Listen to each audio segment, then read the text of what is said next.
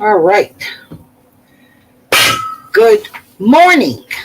Hi, Debbie. I don't know if you're still here, but I didn't see your message till just now. You're only here for a bit. You have to babysit today. How nice. Okay. So, unfortunately, I can't sew right now because I have a lot of canning to do. Now, we have grown all our own tomatoes, all of these tomatoes. And they're in the roaster right now trying to cook down. I kept putting them into freezer bags and I kept freezing them. We had 6-quart bags full, jam-packed with tomatoes that we just couldn't eat. We just couldn't keep up with the tomatoes. So we are making basil garlic tomato sauce today. It's in the roaster right now, starting to cook down. I am making 3 batches of apple coffee cake. That's later. After I make my applesauce, and it's on the printer. What is the issue here? This didn't print. Oh, because it's out of paper. Wow, that explains why. Paper, out of paper. Go. All right, we are doing spicy pickled garlic. And this garlic came from a local farmer. Hi, Lin Young. And we are making pickled garlic, spicy. I don't need that crap, the nutrition value of it. Spicy pickled garlic. We've already made a batch this year. But it's not really spicy enough because I didn't put enough chili in it. So this one I'm going to put lots of chilies in it because Jeff loves spicy and I'm getting used to eating some hot stuff. So this specific recipe, I have linked all these recipes except for the apple coffee cake, which I will link that later. The pickled garlic came from Healthy Canning. The applesauce is from Bernardin, which is our mason jar maker, but it's a Canadian one. And then the basil garlic tomato sauce is also from Ball, which is Bernardin is the sister company to Ball. So this is what we are doing today. This apple coffee cake is absolutely to die for. Hey, Tracy. The applesauce in this cake, so I don't even know why it's called coffee because there's no coffee in it. I've made it a couple of times and it just gets devoured because it's just so moist. Absolutely the most moist cake you've ever had. We've had this a few times.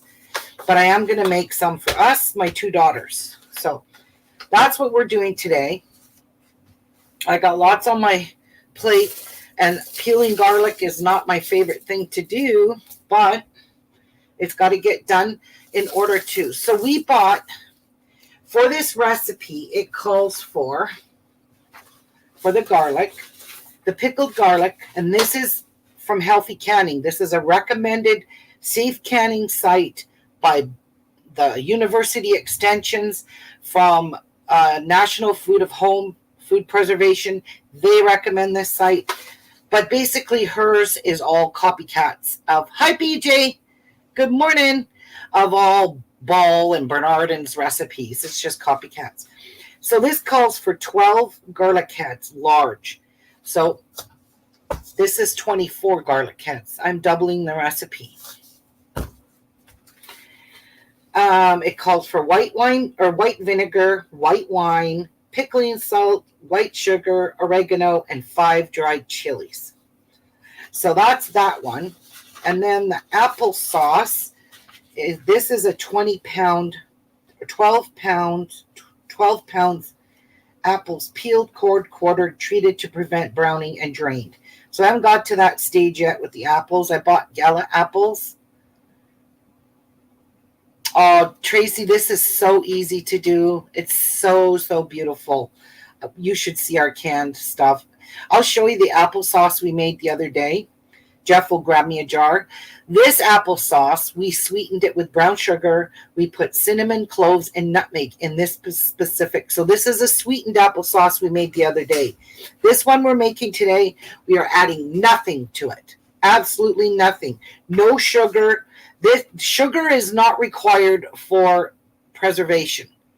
Absolutely not. It's the processing time that you boil these jars and how much lemon juice you use to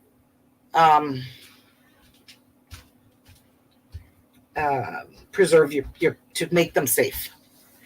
So this is sweet applesauce. Look at how it looks like caramel.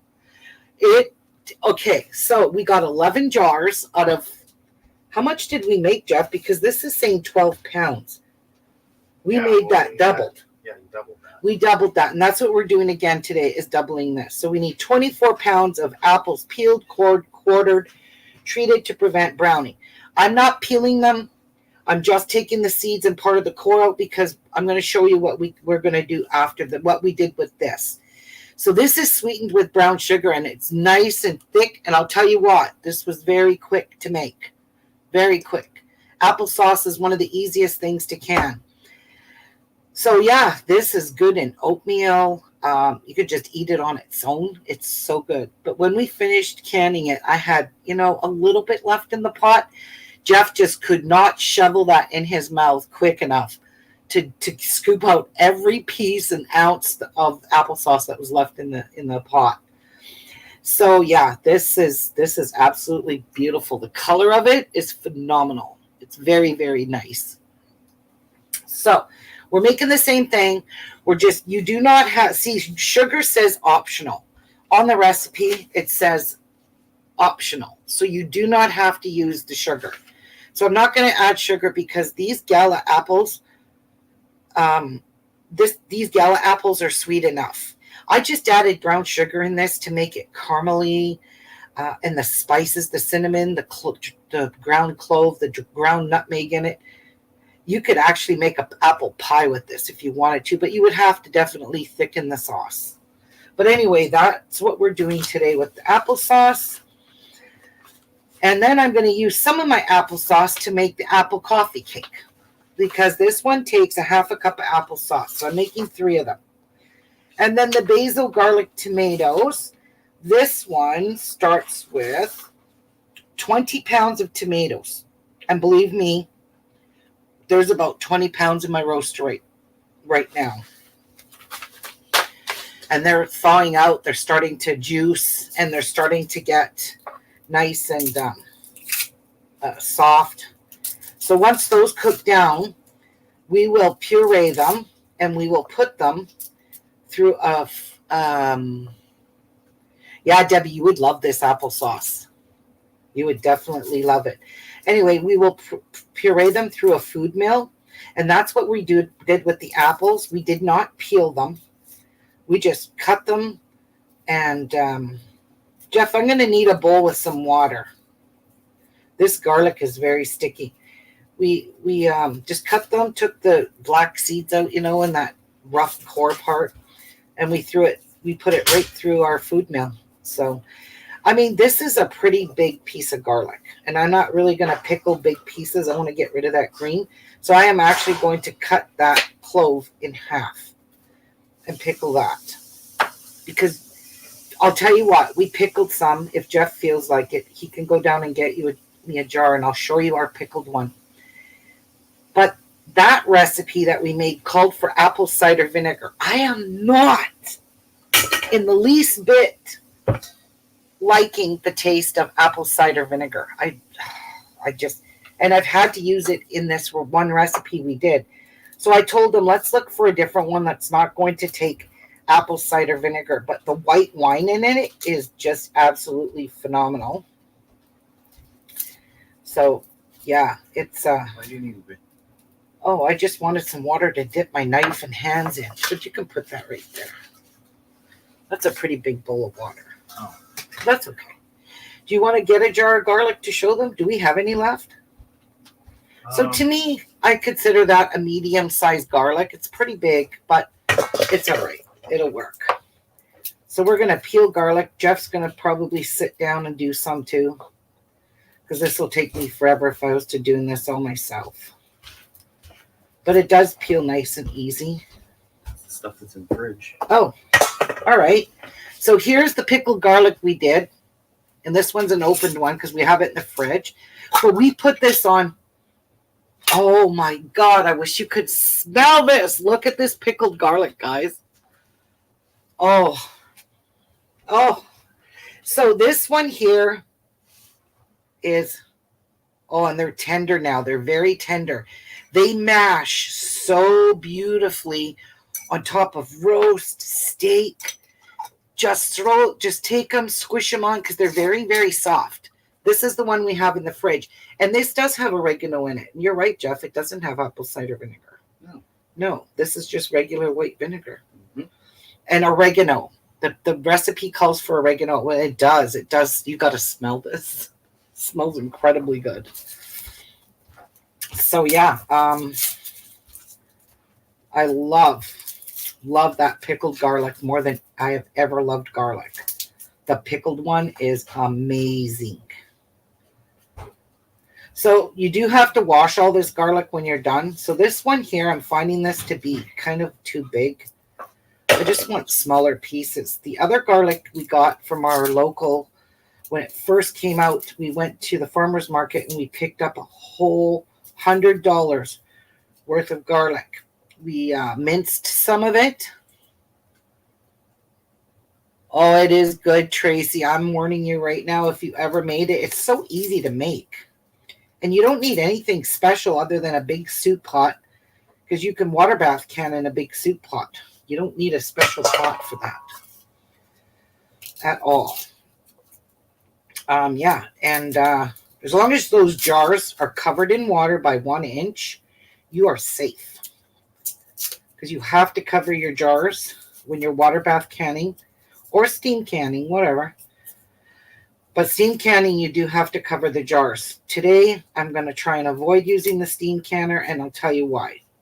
For one, it takes forever for my canner to come to a boil because it's so big. So it takes a lot of energy, and it takes a lot of water. You can use that garlic for anything. On toast, you can throw it in your cooking. Anything, Debbie. It's perfect. It's nice. It's already soft. You can toss it in some butter and cook it in some butter. You can do, you could do so much with it. Whatever you normally do with garlic, you can do with pickled garlic. Kid you not. Absolutely phenomenal. So we did make a batch. I believe that was in August is when we started canning the garlic. Yeah, because the street fair, we went to a street fair which had Landale Gardens, which is a local farmer here. They grow their garlic and it was all organic. So this is also organic. It's not specifically from a local farmer. It's from a Jeff, do you remember the name of the people you met yesterday? It's from somebody down east that has an organic farm, no pesticides, nothing. And they're certified, but they made a trip to Thunder Bay, but they were posting on Facebook Marketplace for selling their purple variety of garlic. I don't remember the name of this garlic. Jeff might know. So anyway, they didn't say the specific type. Oh, yeah, because she said she had all kinds of purple garlics. So anyways, I said, and how much is it? And she said $7 a pound. But she said she'll only come to Thunder Bay because they live down where Debbie lives, near Kitchener-Waterloo area, quite far away. And they live close to Kitchener-Waterloo, I know that. Anyway, she said it was $7 a pound. And she would let me know. I told her I'd like 2 of them. I ended up buying $20 worth because we weren't just going to give her $14. So I said to Jeff, just ask her if you can have $20 worth of garlic. And this is what we got for $20. We have 24 heads of garlic. And these heads, we got a couple of extra heads in here because we had a few small ones. So there's a little bit more than 24 heads because this recipe says large ones, and we didn't have all large. There was some small. So I threw in 4 extra heads. So this is just absolutely beautiful, beautiful garlic. So anyway, yeah, she came to town. She sent me a message on Thursday. She said, we'll be in Thunder Bay tomorrow. I'll notify you where we will be once I get to check out the place. She said, I don't want to give anybody an address till I check it out first. And she said, we'll be there just for a few hours, and then they're heading back to the Kitchener-Waterloo area where they came from. But she said they're only coming if they get enough orders. Well, obviously they must have gotten enough orders because people love this garlic. And organic to boot. I mean, you can't go wrong for $7. I'm sorry. So anyway, Jeff went yesterday after when I was live here doing the sewing. He went and picked up all this garlic. And they had it all nicely packaged and ready to go with my name. It was just really, really nice. And yeah, it's I got to look her up. She had pictures of her garlic garden. Holy man, it's just fields and fields and fields of garlic. Fields of garlic. It is very fresh and very alive. Yes, I agree. We were considering planting this, and then I said to Jeff, no, I don't want to waste beautiful garlic in our garden and leave it there all winter and find out it didn't take. No, I don't want to do that. This is just too beautiful. So I'm finding a few little bad spots, and I'll just cut them out, make them nothing. I don't think there's that much here that's bad spots. But I'm just going to sit here and peel all this garlic, and then I got to get the apples prepped. Once I get everything prepped, then I'm going to start cooking. The tomatoes are already in the roaster cooking, so I don't have to worry about those. Those have been prepped. All the cores were removed out of them before and washed before I even put them in the freezer. But yeah, we even have tons and tons of great tomatoes that we just couldn't eat. We couldn't keep up with them. We were getting so much tomatoes that we just couldn't keep up with it. So in the freezer they went. And then I said to Jeff, our freezer is getting full. Why? We didn't buy any meat. He said, because you got all those tomatoes in there. I was like, oh, shit, yeah. Okay, yeah, let's get those out of here. Let's get them cooked down. We've already made pasta sauce. We've already made marinara. Because we bought 100 pounds of Roma tomatoes. We've already made tomato sauce.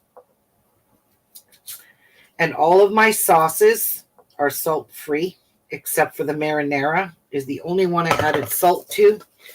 But all the tomato sauces are salt-free. The recipe, again, calls for salt, but that's an optional thing because you do not.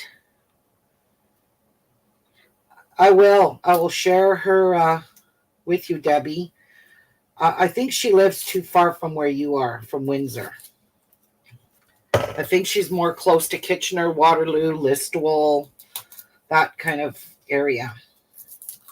She's in one of those counties, those back counties. But I do have her. I mean, I have her on Facebook Messenger. I have her name.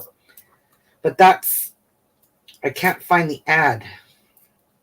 And I think the ad she took down because they only stayed here for the one day. So they only came here for a few hours. And she told Jeff it took them 14 hours to get here. So I thought, oh, geez, I sure hope she got lots 15. of garlic. How many? 15? 15. Yeah, 15 hours to drive here to Thunder Bay. And they said they weren't going to come if they didn't get the orders. So I'm glad that they got the orders. If people saw this garlic, how beautiful it is, they're going to regret not getting some from her. Stunning. Jeff, you need to come and get a knife and a bowl and start helping peel this garlic. This will take me all day. I don't want to be here all day. I remember doing this as a child. Not a child, but in my teen years. Yeah, you know, as a child, I guess I was very young. Peeling garlic for my mother. Many years of this. Peeling garlic for her preserves because she would make pickles and she would always put garlic in the pickles. It's just memories of garlic.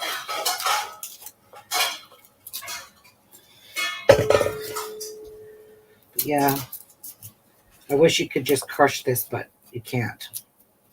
The recipe says you got to leave it whole. So when you make a recipe that's tested from any site, Bernardin, healthy canning, you can't,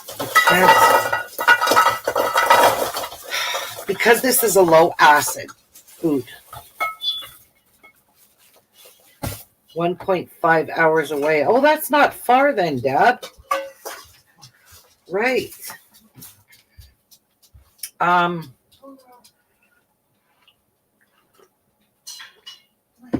don't know.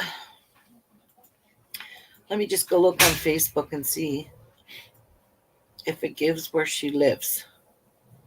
I know she has a lot. Her name is Melissa Baker Lamoth. Let's see if I can view her profile. Very, very beautiful, beautiful. She lives in a beautiful area. Mom who likes to grow, ferment, and create. Okay, this is her personal Facebook, and I'm not seeing all the pictures I saw. And it doesn't say where she lives.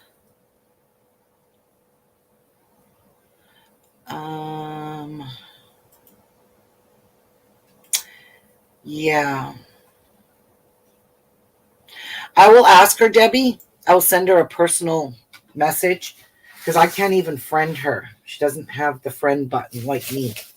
If you're not a friend of my friends, then you can't be my friend. Does that make sense? If you're not a friend of my friend, you can't be my friend. I did say that. I said it properly. Morning, Martha. Yeah, that was kind of funny. A friend of my friend, you can't be my friend. But that's true. I have it blocked where only friends of my friends can friend me. So people can't just look me up.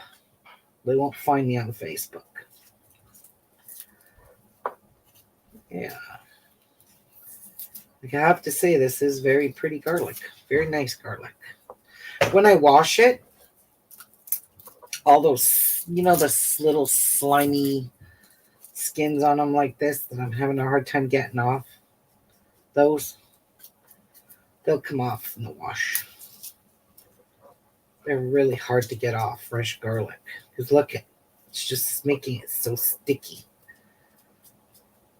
So when it's wet, I will scrub them.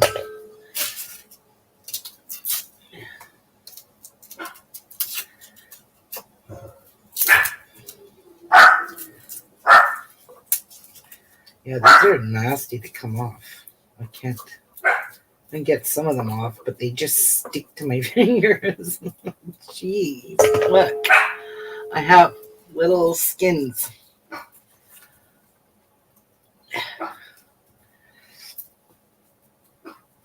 Okay, let's just wash my hands.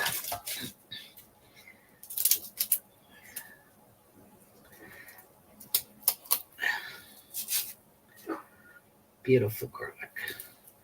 And you can tell it's fresh garlic if it's hard to peel. Because it's hard to peel.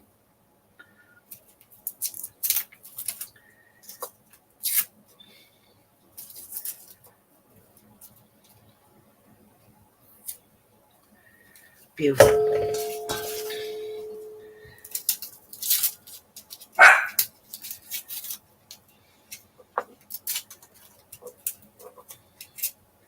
Back to these skins.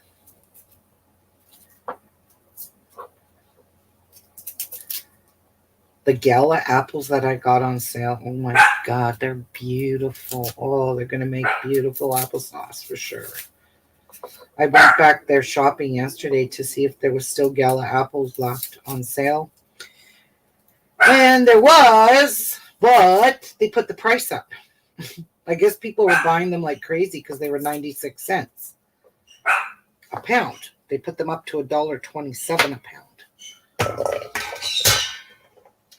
I'm going to cut this one in half because it is way too big. Yeah, so they upped the price. I didn't care. I still bought some because that's still cheap. Well, it should be. It's apple season. You have a good, beautiful, foggy morning? Wonderful. What's on your agenda today, Martha?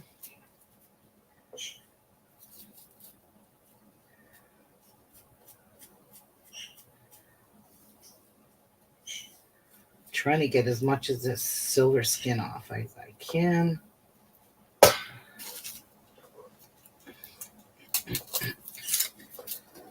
But most of it will come off in the water. Now, when I wash this garlic, I wash it in a vinegar and water solution. I always do that with everything that I buy. We wash it in vinegar and water. Even stuff from the grocery store that's the way our apples will be washed in vinegar water solution. Because it kills a lot of bacteria.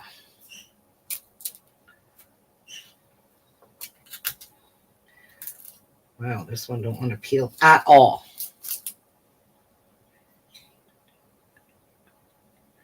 Oh, you're going to work on your wedding stuff? Nice. I'm going to do laundry maybe tomorrow, but it's our long weekend, this weekend and next weekend. And then, guys, at the last week of November, the last full week, I will be on vacation for 5 weeks. Maybe 6. Depends when the holiday sheet comes out, if I can bid on another holiday at the beginning of January, and then it'll be extended to 6 weeks plus a day. That would be so beautiful. So beautiful.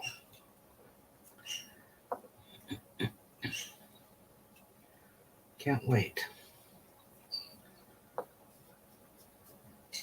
Okay, that one does not want to come off.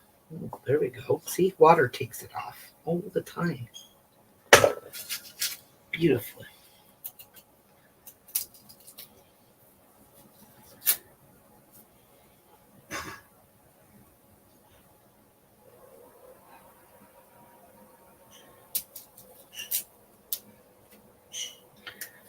It's your birthday today, Martha? Happy birthday.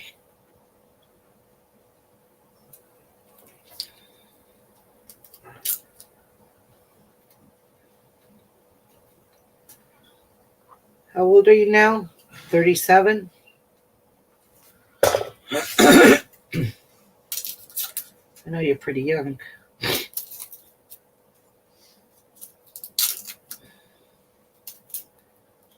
Oh, the 18th. Oh. Long ways yet. Not even the first yet. Well, happy early birthday anyway. Right? Ooh, that's a biggie. This is a biggie. We're going to cut this one in half for sure.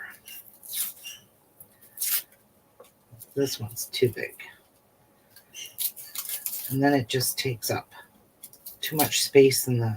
I only use half-pint jars to do this. So, I don't know. I'll cut it this way. Yep.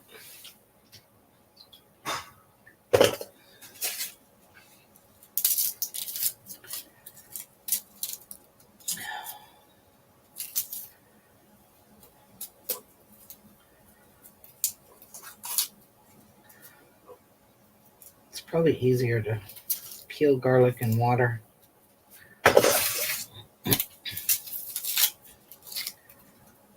It's coming along.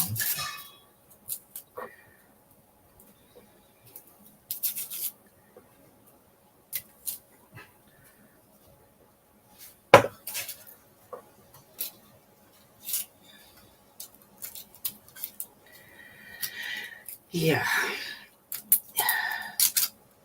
That one doesn't want to peel either. Some of these are a nightmare. They just like to stick to your fingers. There's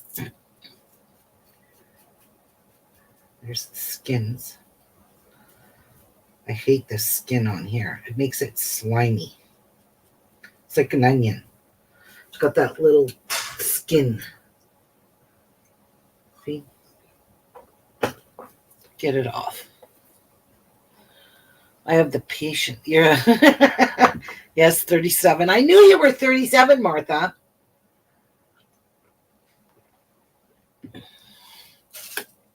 I knew it. I'm always right. Ooh, this one's got a bad spot. So we'll just cut this out.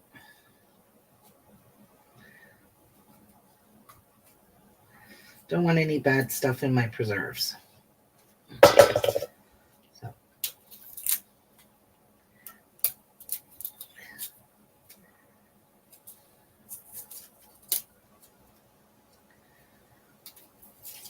Sorry, you're having a big celebration for your birthday? Oh, you do? Thanks, Deb. Tracy. I just sharpened it. I like this small paring knife. I keep it sharp all the time. I keep my sharpener in my sink, beside my sink. And a knife sharpener, because I'm always sharpening my knives. I can't stand dull knives. Once they start getting dull, there I am, sharpen them underwater, because I have a sharpening stone. That's what I use.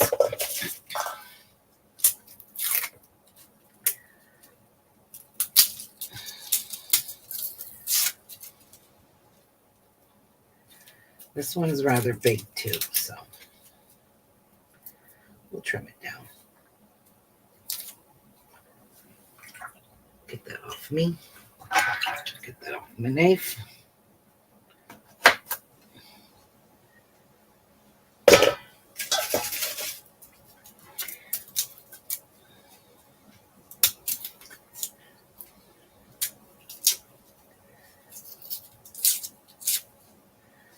As soon as you get to go around this big part of the garlic, it breaks.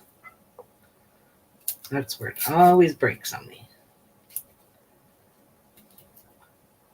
Like I took these garlic off the heads. I broke it off the heads, broke it all apart, and got rid of a lot of the skins. Because these were covered in skins.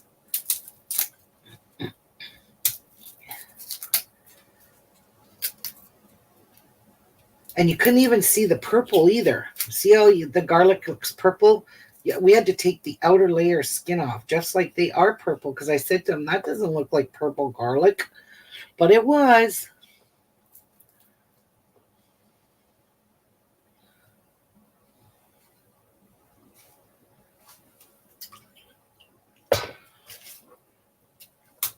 Jeff's peeling some too. He took a bowl of it.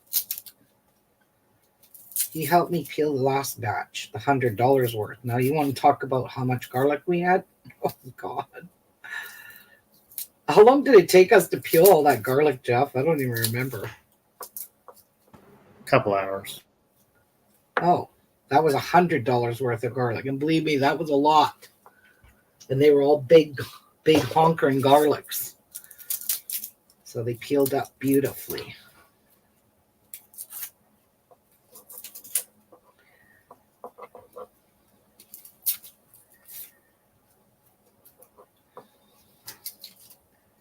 Yeah, this is moving along quite quickly, Martha. It's not going to take me hours.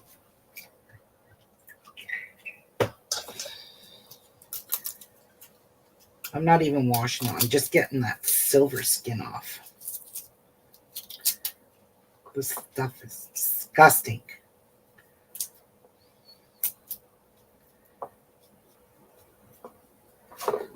Whoopsies. This one's loaded with it.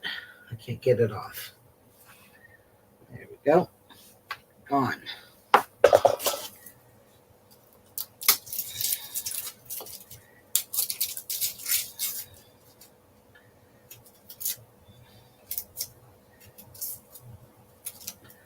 Oh, why can't they all peel like that? So easy peasy, lemon squeezy.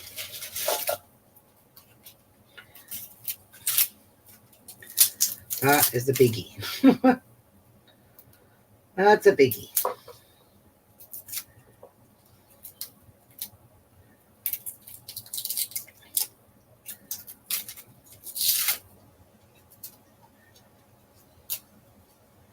That is a biggie. Clean our knife off. We'll just give you a cut in half because that one's too big. Ruby, to stop the smell of garlic on your fingers after you peel them, rub them on your... Yeah, I know that trick, Deb. Doesn't work, though. I've tried that many times. And my fingers still smell like garlic. No matter what I do. Rubbing them on the sink. Yeah.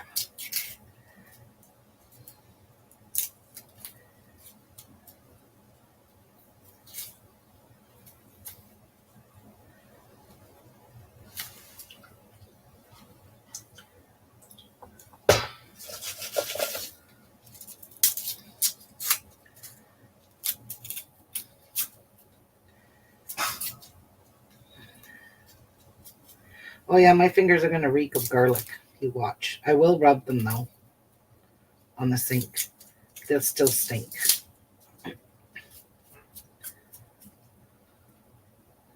I don't think that one's too bad. I'm in my craft room doing this because I have a table to work at. I could sit my fat ass down. You know, be lazy about it.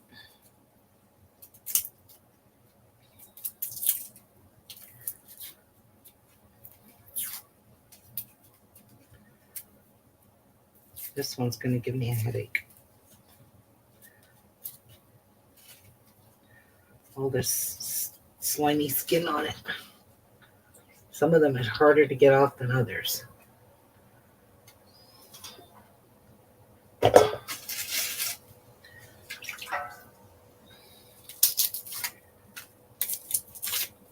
And some peel just like that. Super easy.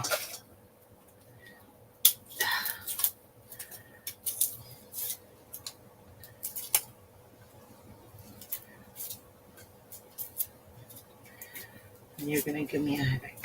This one too.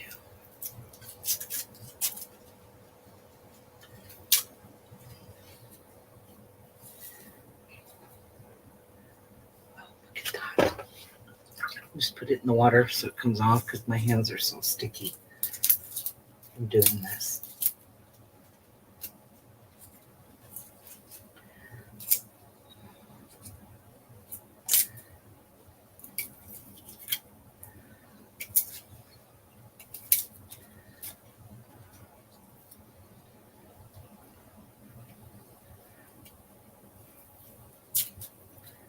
Ta-da.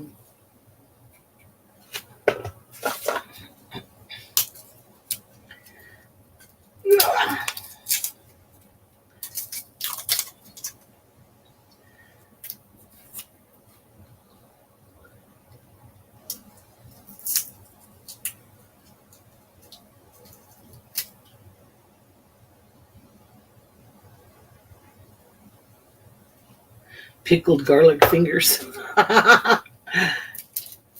Yeah.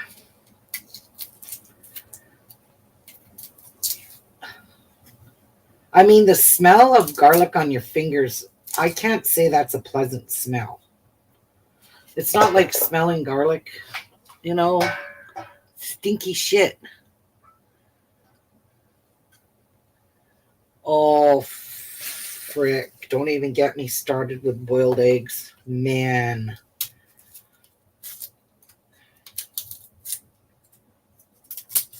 When they don't peel, especially when you're going to make deviled eggs or you need hard boiled and you lose half the white, all you're stuck with is a yolk with lots of chewed up pieces of white all around it, and that's about it. I get so mad when my eggs don't peel, and I just don't know what to do for it anymore. I need old eggs. They say it's the new eggs that don't peel. I don't know if that's true or not. Fresh eggs don't peel.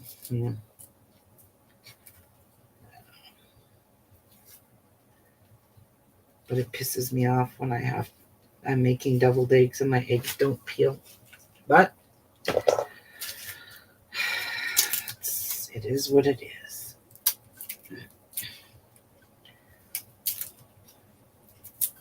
Somebody said you could leave them out on the counter, but I'm telling you, that's a good way to get salmonella. Leaving eggs sit out on the counter. Especially washed ones. If they're fresh.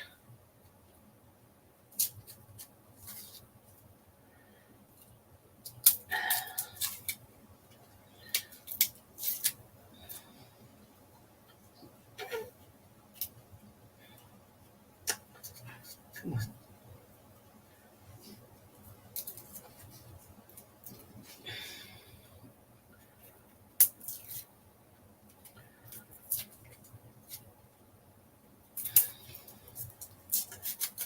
Somebody said if you take the eggs and crack them a little bit, put a crack in them and boil them, but then all the white stuff comes out.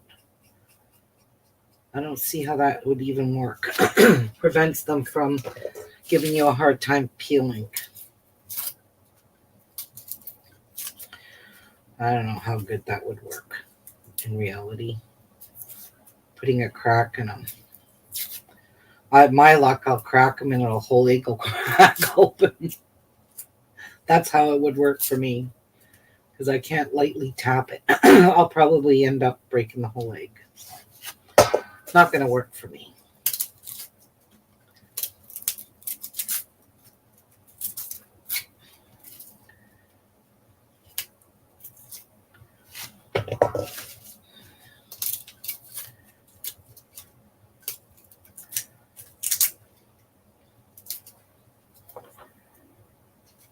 You know.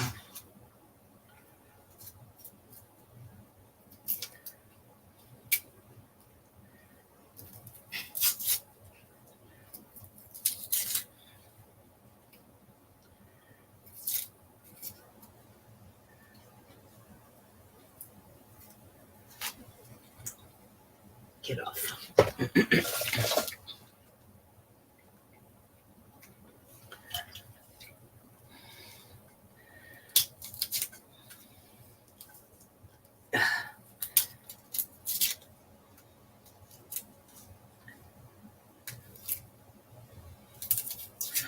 Oh my God, you should see the canning jars that we get from the dollar store. Oh my God, they're so freaking cute. And they are good canning jars. Because I have pressure canned with them.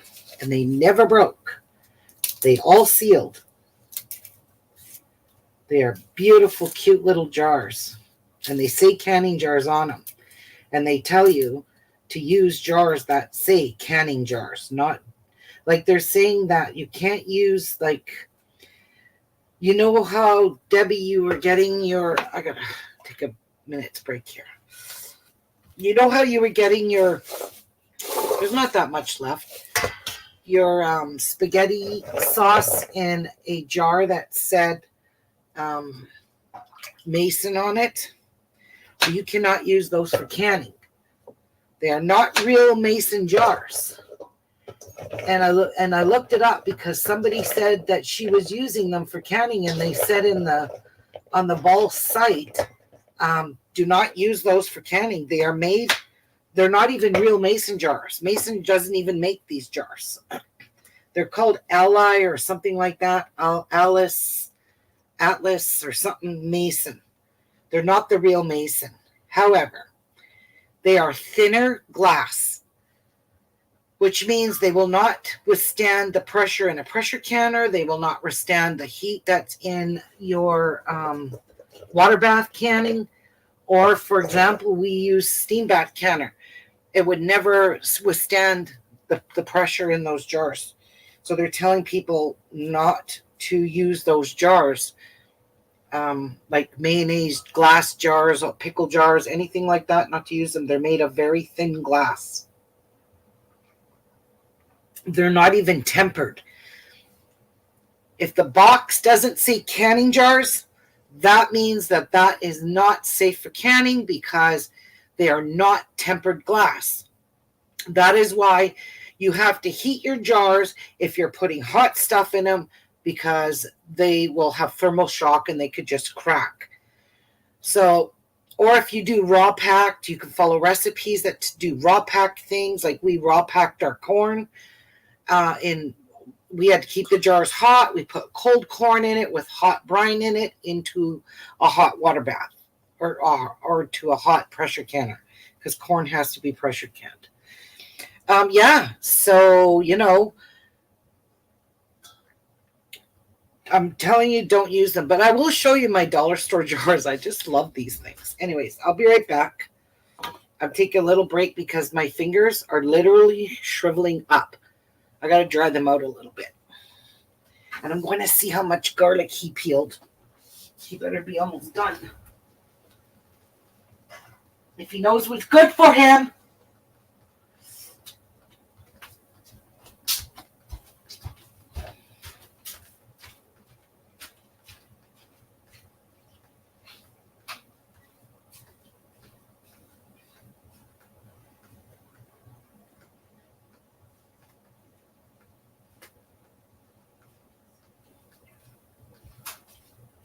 Jeff, did you even know that these jars say Mason on them?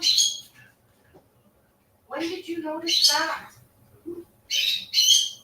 I never noticed that. Mason canning, there's even written Mason on them. All right. Well, that's why they are going to stock up. How much is a package?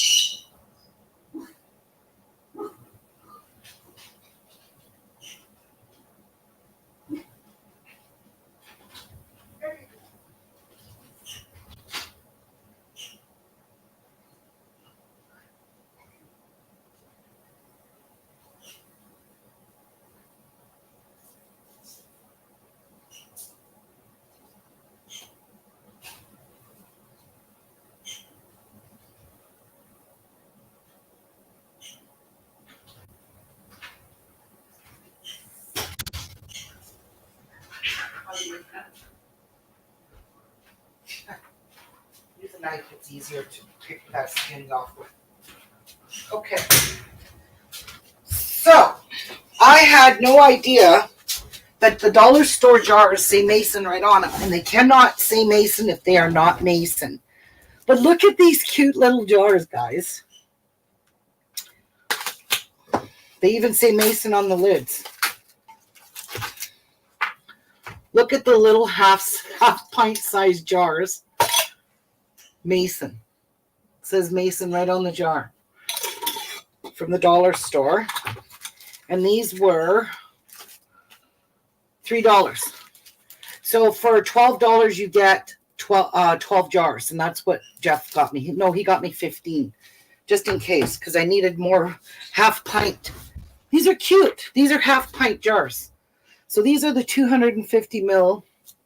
Yep, 250 milliliter jars, so it's half pint in American.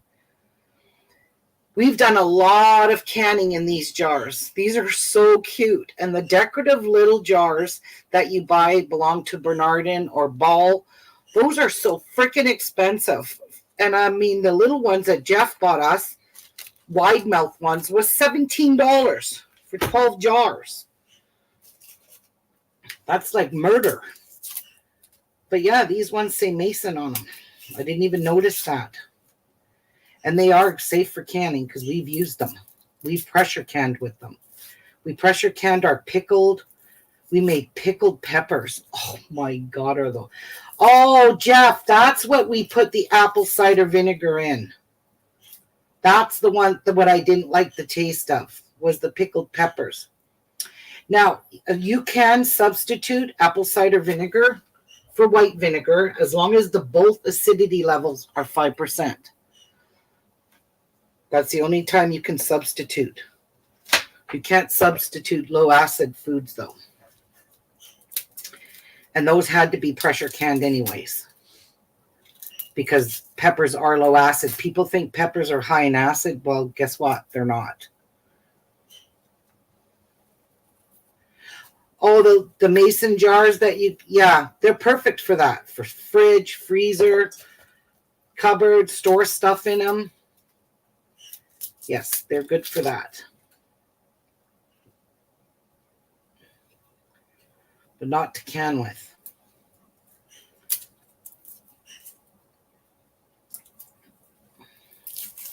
I mean, to be honest, I wouldn't go buy a whole bunch of jars of spaghetti sauce at $4 a jar for one stupid jar of mason jar when you can't even use it for canning. Weird, eh?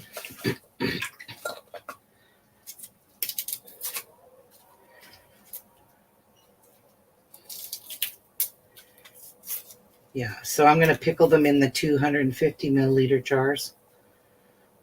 The ones that say Mason. And we also buy Mason jar snap seals from the Buck store. And I have never... Have we had any failed seals with the Mason, Jeff? Failed? No, I don't think so. We've not had any failed seals. Nope. And one jar did fail a seal, but that was my own fault because if you don't leave the proper amount of head space that the recipe tells you, if you don't leave the proper amount of head space, it's got nowhere when it's in boiling form for the product that's in the jar to boil up, and it'll end up going up and over top of your seal. And that's what happened. The stuff got under my seal, and it's my fault because I overfilled that jar, and you should never overfill them. If the recipe says, well, anything pressure canned has to be 1 inch headspace. So that's basically 1 inch headspace is basically to the rim of the jar here. That's the only place you're going to fill. And finger tight is just this. When there's resistance, you got to stop. Most of these water baths are always 1/2 inch headspace. And you can kind of basically tell where's 1/2 inch in a jar like this. You can tell where the 1/2 inch, the 1/4 inch, jam is 1/4 inch. Anything pressure canned is always 1 inch headspace. Because that water steam boils that food at 240 degrees plus Fahrenheit. And that's the only kind of temperature that will kill botulism. And botulism is in everything. That's especially root vegetables. But it's in food, period. And in order to get to 240, you cannot boil it because you can't reach a boiling temperature of 240. You have to pressure can things to get that high of a heat to kill botulism. Botulism spores. It's the toxins, the botulism toxins that are in the food that kill you. You got to be so careful. If a recipe says, especially for pressure canning, man, we don't screw around with that. We follow a recipe to the T. We follow our canner to a T. If the bowl recipe says you got to pressure can it for 90 minutes, like all my broth that I made, my chicken broth, I think that was 35 minutes, but I'm not 100% sure. I'd have to read the recipe. Then you can't time it till that pressure reaches 10 pounds or 11, between 10 and 11 pounds. And it has to maintain that pressure. And then you start counting the timer. So if it says 35 minutes, it's 35 minutes once the temperature reaches that degree in the pot is when you time it. So 30 minutes to them is enough time. Like I made Jeff chili and I made him all kinds of canned beans. Those all required anywhere from 60, mostly 90 minutes of pressure canning. So 7 quarts getting pressure canned for 90 minutes. And when they're done, it's a process. If anybody's done any pressure canning, it's a process to bring down the temperature in the canner before you even take those jars out. Because if you don't do it right, you again expose yourself to thermal shock and you're going to have broken jars, or your food in your jars will siphon out and go into the pot and go all underneath the seal, and then you're screwed because your seal's not going to seal because you have gunk all under it. So yeah, we follow every recipe to a T. We don't substitute unless we know we can substitute. And vinegars are one of them. You can substitute out vinegars. As long as the vinegar you're using is 5% acidity. And I didn't even know that they made 4% acidity vinegar. Did you guys know that? Yes, botulism is very scary. And you know what the scary part is, though? Is most botulism is from home canned foods that people die from. I mean, it's rare. It's just improperly processed home canned preserves. Look it up. Botulism is mostly found in home canned foods. And it's because they didn't follow the recipe, or they substituted something, or they did not pressure can it. Because a lot of people don't realize low acid foods have to be pressure canned. So what do? They take green beans. They fill up green beans with no vinegar, no nothing in it, just regular green beans to make, like you buy a can of green beans in the store. Well, like that, with a little bit of salt in it. And again, salt is not a preserve. It's not part of the preserving process. And then what do? They water bath can them. And I'm like, are you nuts? Because that's definitely an invitation to botulism. Not, it's like Russian roulette. Does this one have botulism or does it? That's basically what you're gambling with your life. So Jeff and I did a lot of studying on canning safely, healthy, so we don't get botulism. Following all the United States USDA and the Canadian guidelines for home canning. If you don't follow those recipes, then don't can. Okay, I'm going to tell you something though. The other day, I watched a lady. She's an Amish lady. And I know the Amish ladies have their beliefs and do their canning the way they've done it I've never killed anybody. That's their saying, we've never killed anybody, and this is the way we've canned all of our life, and nobody's been sick. Well, I mean, that could be true. I'm not saying everyone's going to get botulism if they don't process something. There's always that chance that there was botulism spores in that vegetable. Anyway, I belong to the Bull Facebook group, and somebody posted in there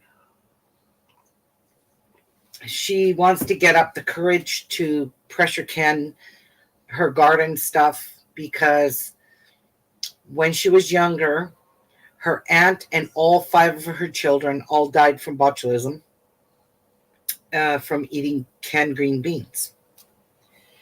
That was freaking scary to even read that, but she was talking about that. And she said she has been scared to can ever since she was a child because of her aunt dying and all 5 of her children all died from botulism. The chances of surviving botulism, man, you better be healthy. Even then you could end up crippled. Anyway, she said she was building up the courage to do pressure canning, but she wanted to follow a safe site. So Ball is definitely a safe place to be. And anyway, I was watching an Amish lady, which I watched her all the time. She's the sweetest lady. She does all kinds of stuff, craft stuff, renovates things and DIY stuff. Anyway, she does cooking and canning. But a few days ago, she made green beans. And all that was running through my head when she was making those green beans is the safe techniques. Number 1, when you can something and you put it in a jar, you know how sometimes the water will soak up into the food. That's normal. Like beans, for instance, if you can red kidney beans, even following the process of soaking them overnight, cooking them for 30 minutes, they still manage to soak up all the juice and you're ended up with starch. So according to the United States, the National Food of Home Preservation, anything in a jar, liquid-wise, we're talking. So if your beans or your carrots or whatever it is you can, the juice got below halfway in the jar, that is considered unsafe. Something about it is not safe. Having, a whole, say a quart, and halfway your water either siphoned out of it because you didn't leave the proper head space, or your temperatures were fluctuating in the pot up and down, causing your jars to siphon out the juice, you end up with less than half of the juice left in your jar. They deem that unsafe. If it's 3/4 liquid that's siphoned from your jar, you've got 3/4 of the liquid left, that's okay. The only thing they tell you is the top stuff that's not covered in a liquid will discolor over time. So if you had like green beans or carrots or something and most of your juice, well, not most, a good portion of your juice siphoned out of it, the top stuff will turn dark brown. It does. It discolors. But it's still safe because you still have 3/4 of your water in there. Well, I'm watching this Amish lady. She's canning fresh green beans. She did not pre-cook them. She washed them. She cut them into big chunks. She put them into quart-sized jars, which is a normal for big families if you want to eat a quart of green beans. And she filled them with water. Not water. It was just boiling water because that's how you raw pack. And she was doing the raw pack method. And she filled the jars only halfway with water. And I'm like, what the fuck are you doing, lady? What are you doing? And she was pressure canning them. I was like, what are you doing? You've got a jar full to the top of green beans and you're only putting half water in them. Then this is her first time canning. She just got her canner. She was unboxing it in the video. She filled her canner with the water. She put the 7 jars in because it holds 7 quarts is what you can pressure can. She puts the lid on it, twists the lid on. She fires up the heat. She puts the regulator on it, which is the it's a weighted gauge or a regulator, whatever you want to call them. Mine is a weighted gauge on a Presto. Anyway, she didn't even let the pot vent. It is absolutely imperative. They can't stress that enough in all these sites that you have to let your pressure canner vent for 10 minutes to suck out all the oxygen that's in the pot and fill it full of steam. If you do not do that for 10 minutes, you are not getting that proper steam inside.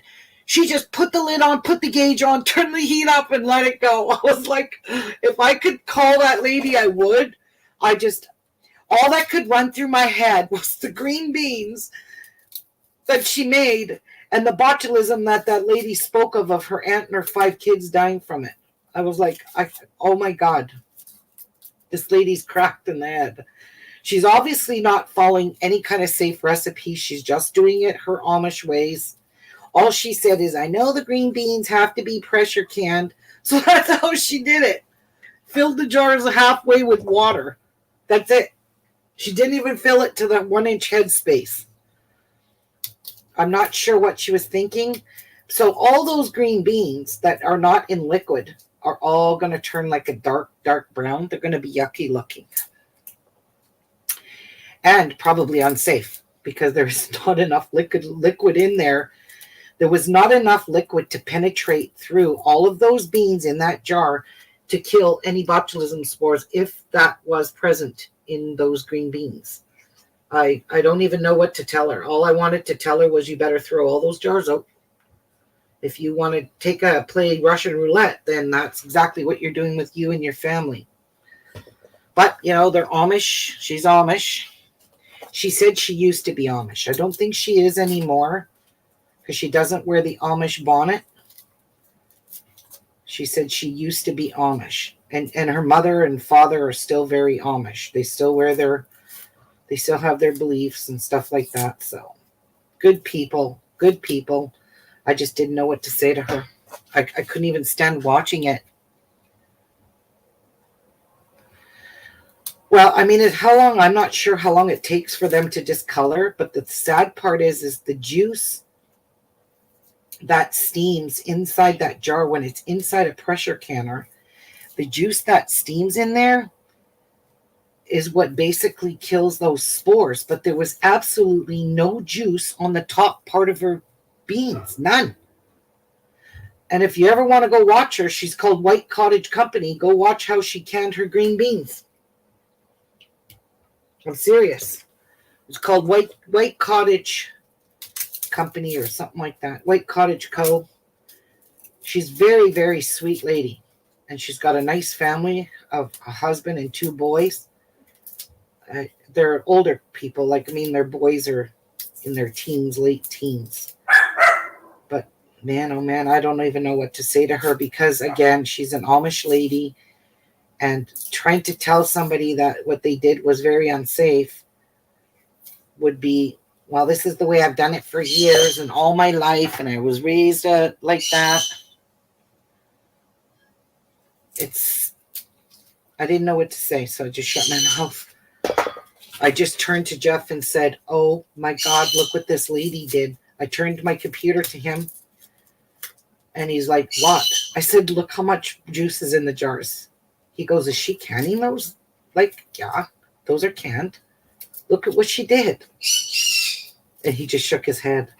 That's just common sense that anything not in juice isn't going to have any flavor. Right?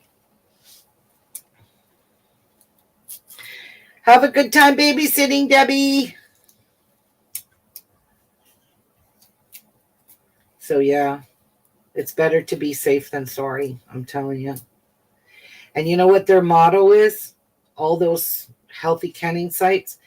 When in doubt, throw it out. That's all they keep saying. If you are in doubt and you don't think you did it the right way, then throw it out. Don't take a chance. Because that's what she's going to be taking, a chance on her family. And I forget what else she made that day. She pressure canned the beans.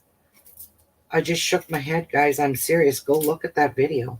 It's just done recently under White Cottage Company. I don't know what to say to her.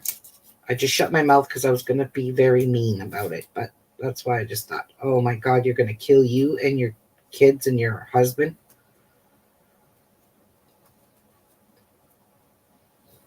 Green beans are not something you want to fuck around with. That and carrots, especially root vegetables, because botulism spores are in the dirt. It's in dirt. Oh, you are proud. You are having another grandbaby, Debbie. Congratulations. Grandma number 2. Isn't it fun being a grandma?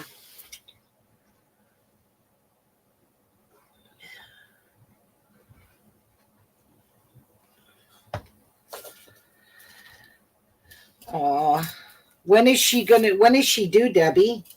When are you gonna be a grandma again? Do you have dates?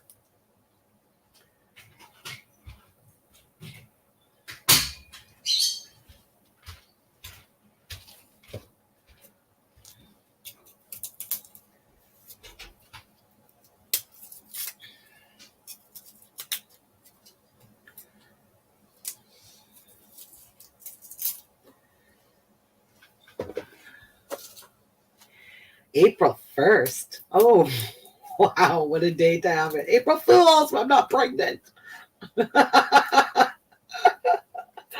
Oh, man, too funny.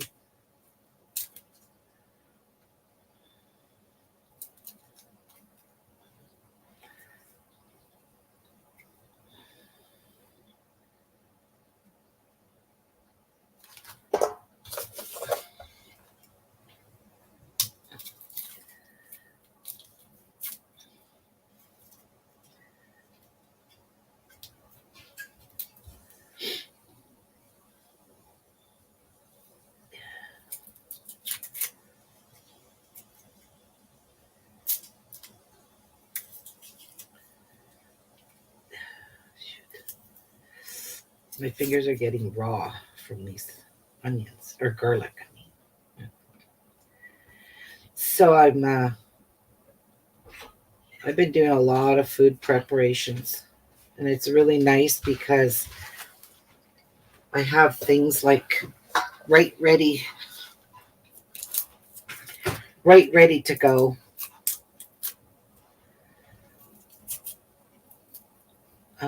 Because I've prepped it in advance. It's nice in the freezer. I've got chopped, sliced onions that we did. We've got corn on the cob, frozen. We also done canned corn. We've got peppers, red, yellow, little sweet peppers all cut up, ready to use in cooking dishes and stuff. So nice to have all this just conveniently ready in the freezer. And the main reason we did it is because these things were on sale for when they were in season this summer. When this stuff becomes in season, we bought it in bulk and just prepared it all and put it in our freezer. So it's just like, I'll show you it. I'll show you what we did. It's just like handy dandy right there, ready for our ready to use. So we bought onions like they were selling 10-pound bags of big, beautiful white onions, yellow onions, but they look white. And we just cut them all up. It took us a long time because that's a lot of onions. And we prepared them. I think I ended up with 16 or 17 2-cup bags, 1.5 cup bags of already cut up onions ready to go. Washed, cleaned, peeled. and chopped. So I did some in slices, some packages and some of the onions in slices, and I did make some of them in cubes. It's just a good time to stock up if you've got the room or the ready room in your freezer or your pantry or whatever, to stock up on things that are on sale in season and just prep it all. I mean, $4.99 for a 10-pound bag of onions. We bought 3 of them, and we used 2 bags in our preserving because our beets, the recipe we did for the beets was a Bernardin or ball, I don't remember, pickled beets, and it called for sliced onions. So we bought bags of onions when they were in season, but they're no more now. That's it. They were $4.99 for a big bag. And whatever we had left, I froze. I prepped them, cleaned them, cut them, and prepped them. Put them in the freezer in vacuum sealed bags. I'll show you what we did.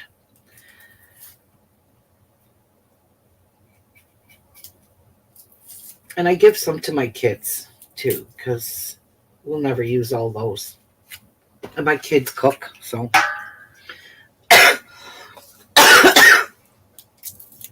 And they love onions and peppers.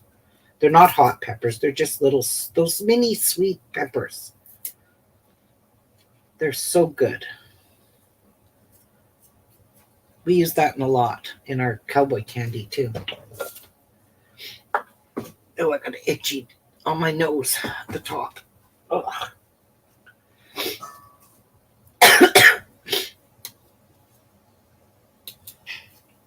No, that's a little wee piece of garlic if I ever seen one, but hey, garlic is garlic.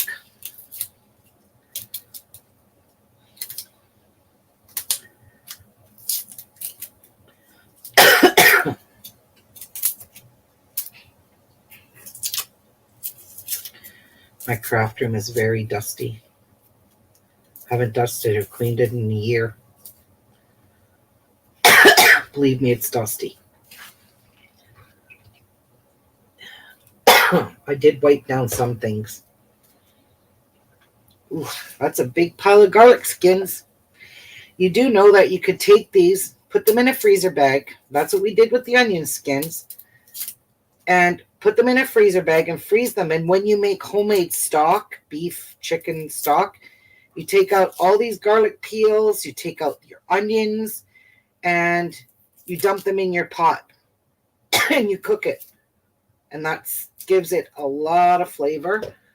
Did you know you could do that? And that's what we did. We took chicken carcasses, and there's lots of meat left on them because we never finish a whole chicken.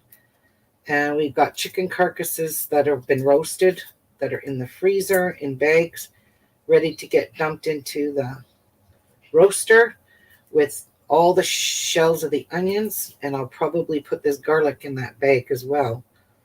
And same with peppers and all that. You could just throw them in the freezer and use them later on when you make chicken broth or beef broth or soup. Just do that. Yeah, we have a bag of onion skins. And when I cut my onion ends off, I always take a big chunk of the onion with it. I don't know if you guys do that, but that's how I cut onions up. I make a heck of a mess of the onion. So I figured, I'm not going to waste all this onion. And I've seen other people do that too. They just take all their onion skin. I mean, we're talking homesteaders and stuff that they waste nothing. And I'm not a homesteader. I'm a wannabe. But I live in the city. I couldn't have the homestead I would want. I want chickens. I want chickens that lay eggs. I don't want meat chickens because I cannot, for the life of me, kill a chicken. I would never be able to do that. Nope, no meat birds for this girl. Just egg layers. They become your little friends. How much more you got? Oh, quite a bit. Oh, jeez. They're small. Some of these you left really big. I'm just going to chop them down a bit. Too big.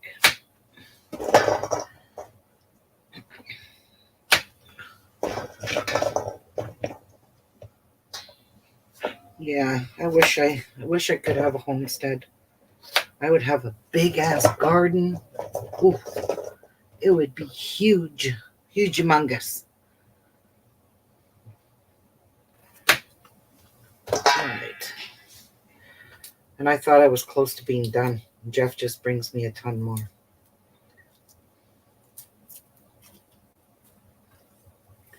But we're getting there.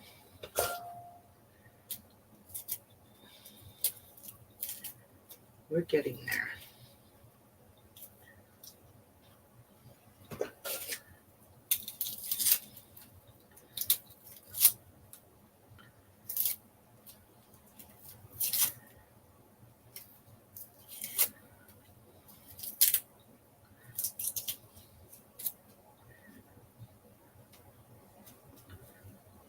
There we go.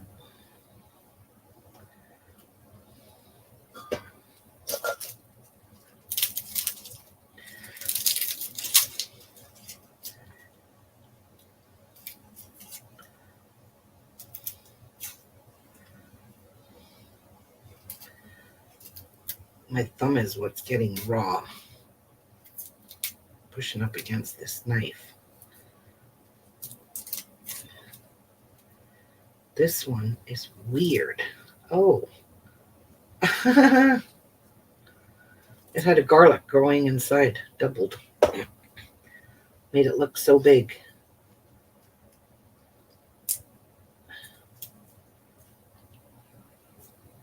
I don't know. The skin's not really coming off of it, so I really don't want to keep that one. All right. I'm going to get rid of some of these. Jeff, are we keeping these shells for our soups? That would be really garlicky. Yeah. Well, that's not bad. What? Really garlicky's not bad. Oh. Well, we could keep these skins too then, since we kept the onions. And I'll show you guys how to make broth one day. Bone broth, and can it as well. But that's, you got to follow a recipe for that. Can't fuck around with chicken stock. That has to be pressure canned.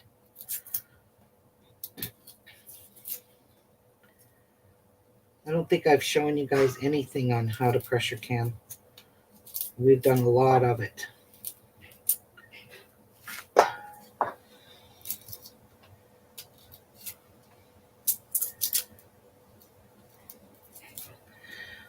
Chicken broth. Oh my God, we made roasted chicken broth. And we let the chicken carcasses roast in the roaster till they were really golden brown because we bought a whole bunch of chickens on sale. So we roasted them, and then we added our water after they were roasted, and we turned that into the most incredible chicken broth ever. Bone broth, it's actually called. And we added no salt. So it's salt-free, it's fat-free. So if you want fat-free chicken broth or beef broth, that's a 2-day process, because once it does all its cooking, you strain out as much of, you strain it through a cheesecloth strainer or whatever you want to do. Doesn't have to be perfect. And then you've got to put it in the fridge in order for the fat to solidify. It will come to the top of the pot and it'll solidify, and you could just scoop the fat off. I scoop it off, but I also put it through 4 layers of cheesecloth into a sieve strainer.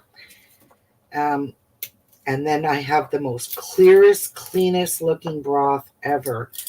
And then you just fill the jars. You got to heat it up. It's got to be hot. You got to bring it right back up to hot temperature.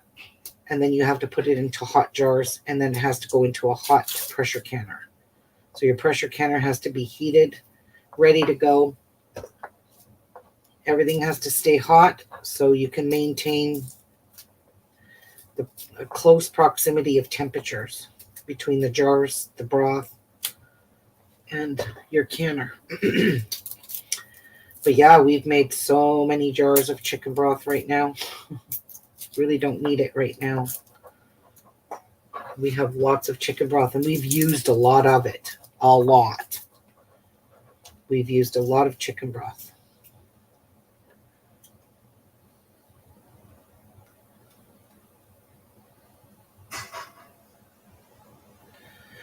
You hate learning curves. If there's anything I could help you with, Tracy, I will help you, because Jeff and I would have to say that we are definitely experienced canners. We've learned a lot. We've studied a lot. We take nothing for granted because we want to just alter a recipe. You can't do that. You have to know if you can alter it. And you can, like, say, a low acid food. Okay, I want to make these recipes. They're called meals in a jar. But I don't like canned potatoes, and I don't want to can the potatoes that the recipe calls for. So I went into the group, to the Ball group, and I asked a question. And my question was, in the Ball book of home preservation, it has recipes for meals in a jar, but one of the recipes called for potatoes. Can I substitute the potatoes for carrots? Because I don't like canned potatoes. And yes, they sent me to a website that's the National Food or USDA, I can't remember which one it was, that says you can substitute a low acid food for another low acid food. But you can't have both. You can't take potatoes if it doesn't call for carrots and add potatoes and carrots, because then you're altering the recipe. And then you're not going to have the proper tested recipes. I mean, canning is a science, so they say. And anyway, I want to make these meals in a jar, and one of them is chicken pot pie. But I would never turn it into chicken pot pie. I would just turn it into chicken soup. And it calls for raw chicken, potatoes, celery, onions. Ugh, I don't even like canned potatoes in the store. Can't stand them. I don't eat them. They're gross. And somebody else said that canned potatoes are disgusting. And they are. Anyway. So I can make that, and I can substitute, because each meal in the jar gives you a measurement of how much of each. So half a cup of chopped onions, half a cup of chopped carrots, potatoes, whatever. How much, 1 pound of raw chicken, all those kinds of things. It gives you a recipe for everything in the meals in the jar. And I'll get my Ball book and I'll show you. It's in the Ball book. Some of these recipes are sound so good. I know some of them Jeff will love. Like, all the chili I made him is gone. He has eaten every jar of it. And we made that, I don't know, it was still winter here. We made it when we first got our canner, our pressure canner. I still have I told him I'm going to make him some more chili. In fact, Jeff, didn't we say we were going to make chili with those tomatoes out of the freezer? Yeah. Well, we'll just turn that into chili. But see, I make the chili meatless, and if Jeff wants to add it to something, he just comes home from work, grabs a jar of chili, heats it up, and that's what he eats. So I think we will turn that into chili, because I need to use up some beans, because I've got a whole bunch of, I've got pinto beans, kidney beans, black beans. I don't know what other kind I have. I got the dark red kidney beans. They're really, really pretty. I hate beans, though. I hate beans. I don't even like green beans. But I don't can them for me. I can them for Jeff because I know he loves his beans.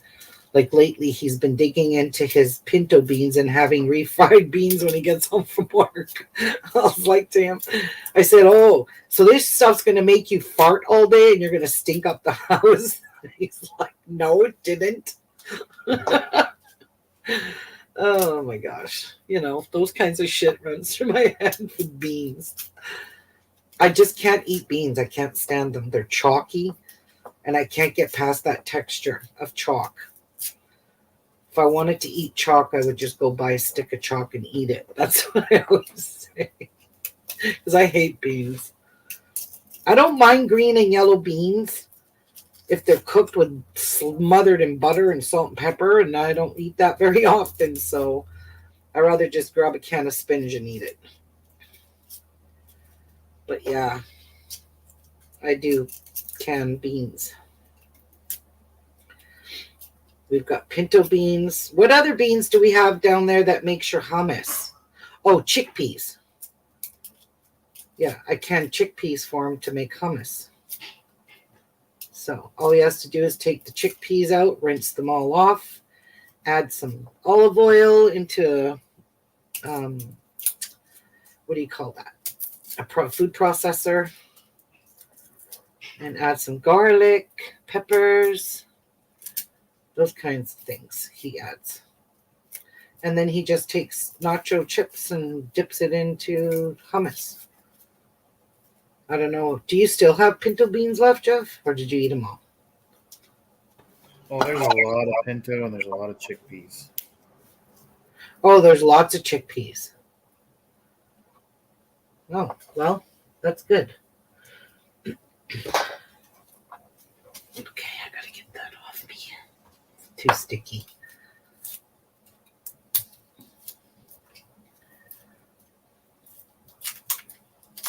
But he's out of chili, so I'll let this sauce cook down, and then we will add all the flavorings and the beans. But we have to follow a recipe. So I don't know. I have to go print off the recipe. We have so much tomato sauce that we made lately because we've had so much tomatoes that we really don't need more tomato sauce. I even made canned tomatoes. I canned those to use up to pasta sauce or whatever. Heat them up and eat them.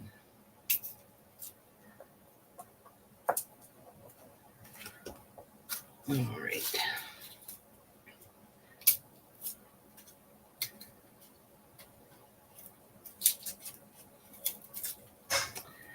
So yeah, Jeff's going to have to look up a recipe that he wants, and then we'll just add the ingredients that it calls for, which is probably kidney beans.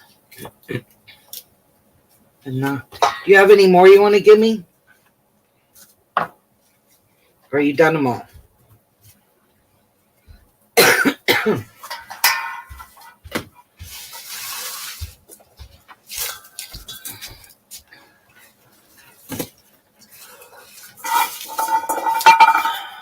Why am I making stuff small?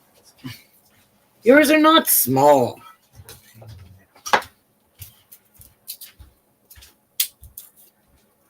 Small should peel quicker then.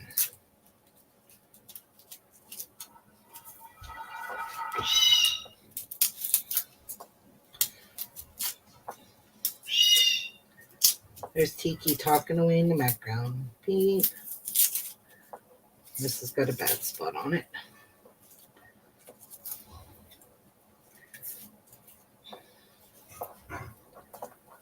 That's pretty thick.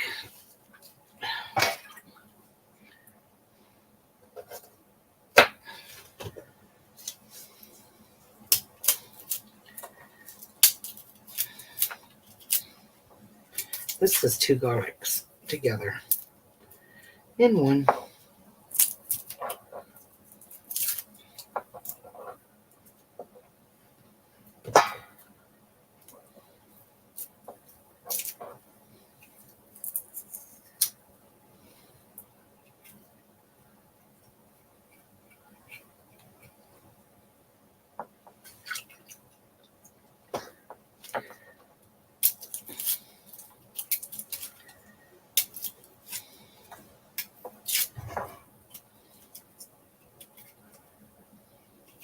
Come on.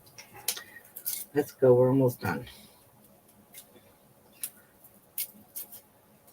I don't like all these brown spots. So we'll just remove that off the garlic.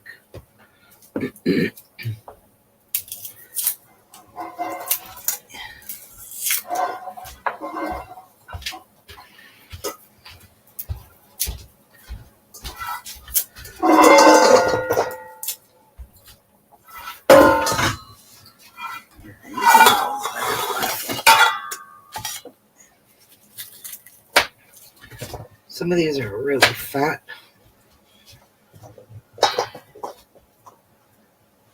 I don't want them too big going into the jars.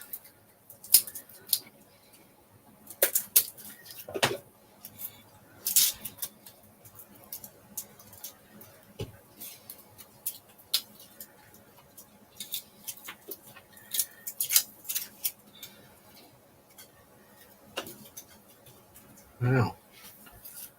That one did not want to peel. Mm-hmm. Story of my life.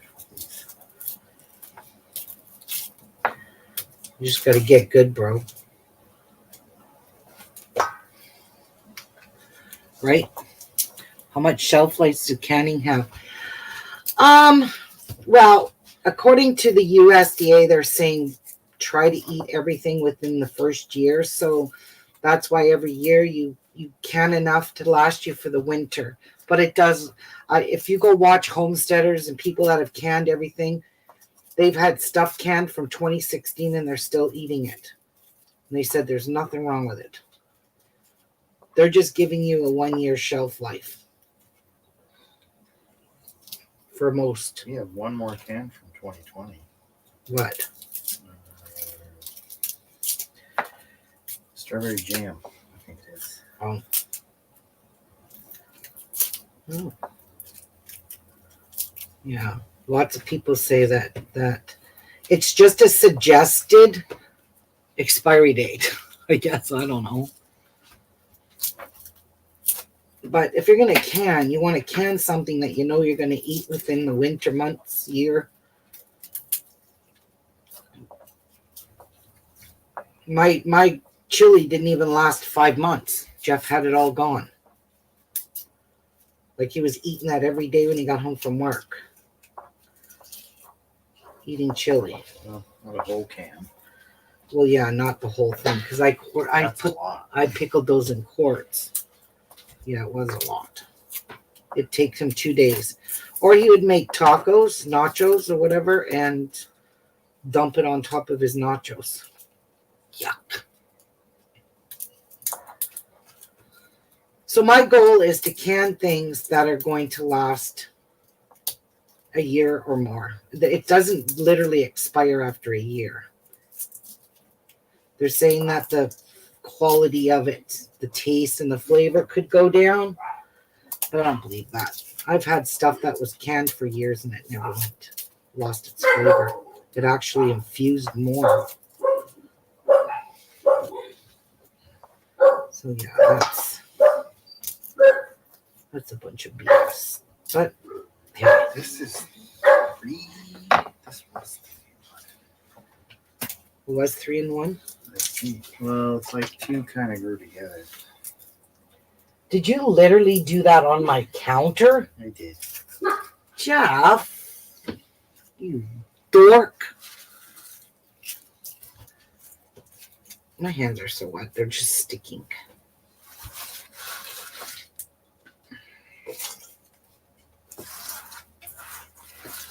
Garlic. Anybody want garlic?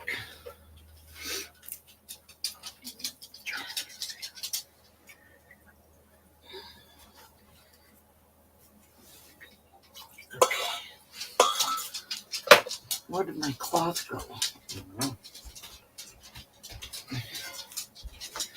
Okay, so now I'm going to clean up this mess. So that's going to make a few jars of nice pickled garlic. Again, some of these, I find them too big. I'm just going to cut them down because that's really too big of a hunk of garlic.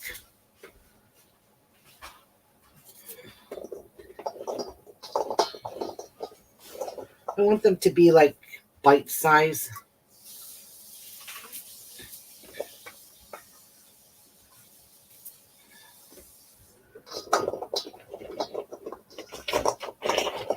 The last time I did them, the garlic was so big. Some of them were like 2 inches big in those jars I just showed you. We didn't cut them down. We just left them all whole big pieces. Like, that's just too fat.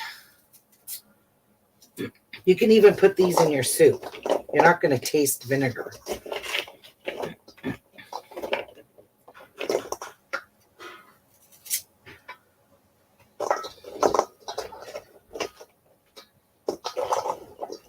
But I don't want to waste the garlic. Okay, let me clean up and get the apples now. Take this in the kitchen. And I got to wash my thing here, this cutting board, because it's going to reek of garlic. And then we will have cross-contamination. We don't want that.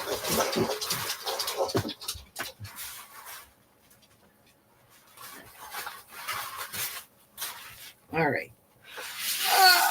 Get this full of onion skin or garlic skins. Easy cleanup. Garlic apples, ew. That does not sound too good, Tracy, at all. No, that doesn't sound very appetizing now, does it? There's that. And this. Oh, there's my cloth right there. Right beside me. If it was any closer, it would have hit me in the face.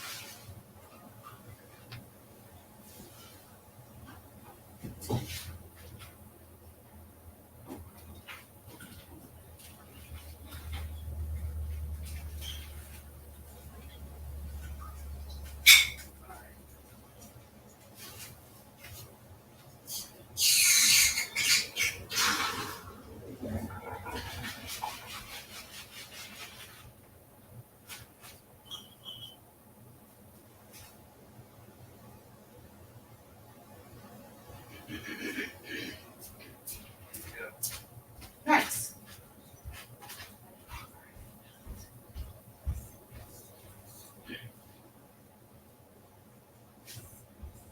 You're gonna have to get that blue bowl, fill it up with water and lemon juice. I need that next. Whew, my craft room reeks of garlic. Literally. So now I need to prep my apples. I just finished washing them in vinegar and water. My hands are still wet. I don't know if you want to show. Oh, yeah, sure. This has onions, celery. Oh, yeah.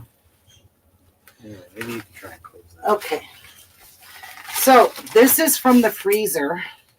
Jeff, I have wet hands. Dump some of this in that bag.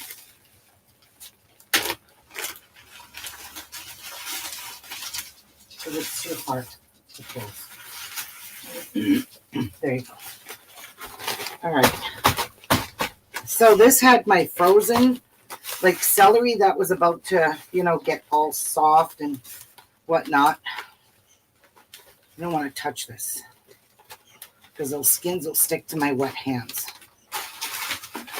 There's all the garlic skins. And there's the garlic skins. Now he's going to throw this and look at pieces of garlic. Hi, Jan. Just throw it into your freezer. And throw it in your homemade soups and broths and whatever.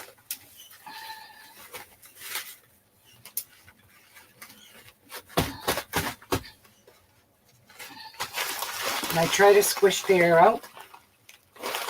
And there we go. So this has onion peels, celery that I just cut up and told them just throw it in the bag with the, and now we have all the garlic, all the leftover skins. And I will squish this down as much as I can and seal it. And now that's going to go into my freezer, and I'll throw this in my soups.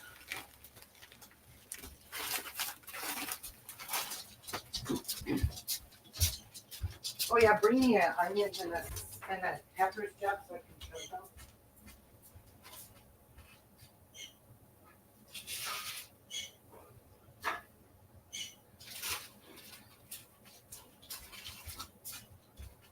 Watch out, Charles. Charlie, watch out. Okay. So look at these beautiful gala apples. Aren't these gorgeous?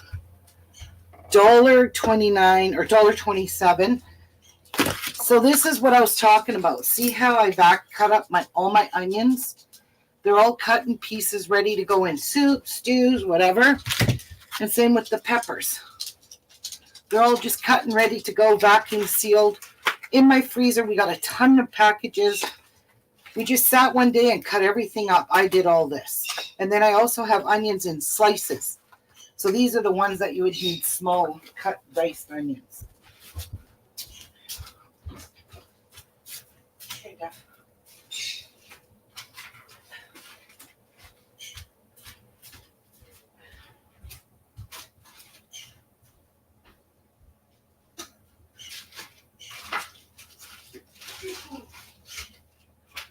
Hi, Phoebe. Go get Phoebe. Go get Phoebe.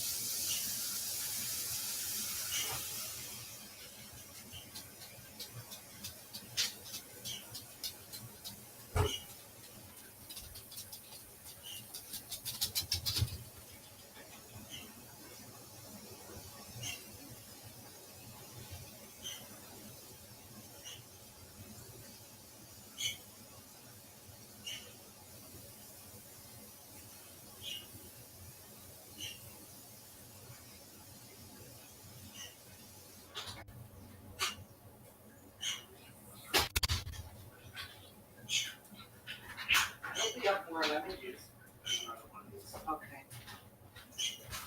Okay, so for these apples, I am not peeling them, although the recipe says to, but I'm just going to put it through my food mill. This will just take too long to peel all these apples. This isn't even all of them. There's still another big, huge bowl. This is lemon juice and water. Doesn't even look like there's any lemon juice in there. I think you're going to need more, Jeff. Okay, so for the applesauce, prepare canner jars and live, blah, blah, blah. Okay, 12 pounds of apples peeled, cored, quartered, treated to prevent browning and drained, which means they either got to go into lemon juice or this other stuff. What's it called? That Ball puts out. Special thing for it. Yeah. Okay, there we go. That's what I wanted to see, the color of the water change. So this is what we did. This is not going to affect it in any way because we're cooking it with the cores and that. But I just cut this piece out and throw it in. Oh, wait. I need to cut these into pieces because these will take too long to cook down. And you're only supposed to cook them for 10 to 20 minutes. And then we will put them through the food mill. But I don't want any seeds in it. So that's all. Very quick and easy. Okay. And they're treated in the lemon juice. Time to stop being ridiculous. You don't have to take any of this. If you have a food mill, then you could just do it this way. It's a lot easier, quicker, because then the food mill literally turns it into applesauce. They want you to put it in a blender or a food mill. I can't remember. It says return. Okay, working in batches, transfer apples to a food mill or food processor fitted with a metal blade, which is what we have, and puree until smooth. So that's basically what you have to do anyway. And this will just remove the skins. It will remove anything that's not edible. Well, you can eat the skins, but I just find the skins give it some flavor. So I don't want to waste much apple. So I just leave those little pieces in because the food mill will remove all of that. And these cook up quite quickly. So your applesauce is something very quick you can make. You can sweeten. Oh yeah, these won't have any crunch. Not in your applesauce. Like I said, you can do it. You can add whatever dry spices you want to your applesauce, and it has to be dried. It can't be fresh. If it's fresh things that you're adding to your preserves, then you have to pressure can it. So I just stick with my dried stuff. I dried out a lot of herbs out of our garden. I dried a lot of chilies. So I can use my dried chilies in our garlic. Yeah, we did lots of drying in the dehydrator. I even sold my pickled beets online till some lady said, "Do you have the food safety course to do that?" And I thought, fuck this. I just took my pickled beets down, but I already sold them all anyway. Then we made another batch and we kept them for ourselves. So that was and I sold some of my cowboy candy for $8 for a half a pint, 250 mils. And the pickled beets we sold for $7 a jar. They are so good, guys. Oh my God, you gotta do. Jeff, can you bring me the ball book? The one that has all my memo notes in it. I wanted to show them the meals in the jar and the pickled beet recipe. I'm just giving these a stir to make sure they get coated with the lemon juice so they don't discolor on me.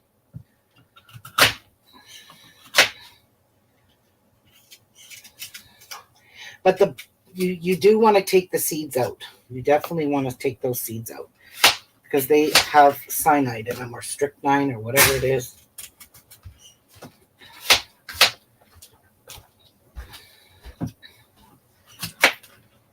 Is that the one? This one has all the green stuff in it. But it's got my notes? Yeah. Post-it notes? Yeah, see these right here? Okay.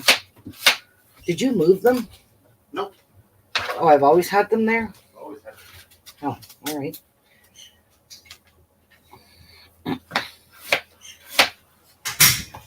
There we go.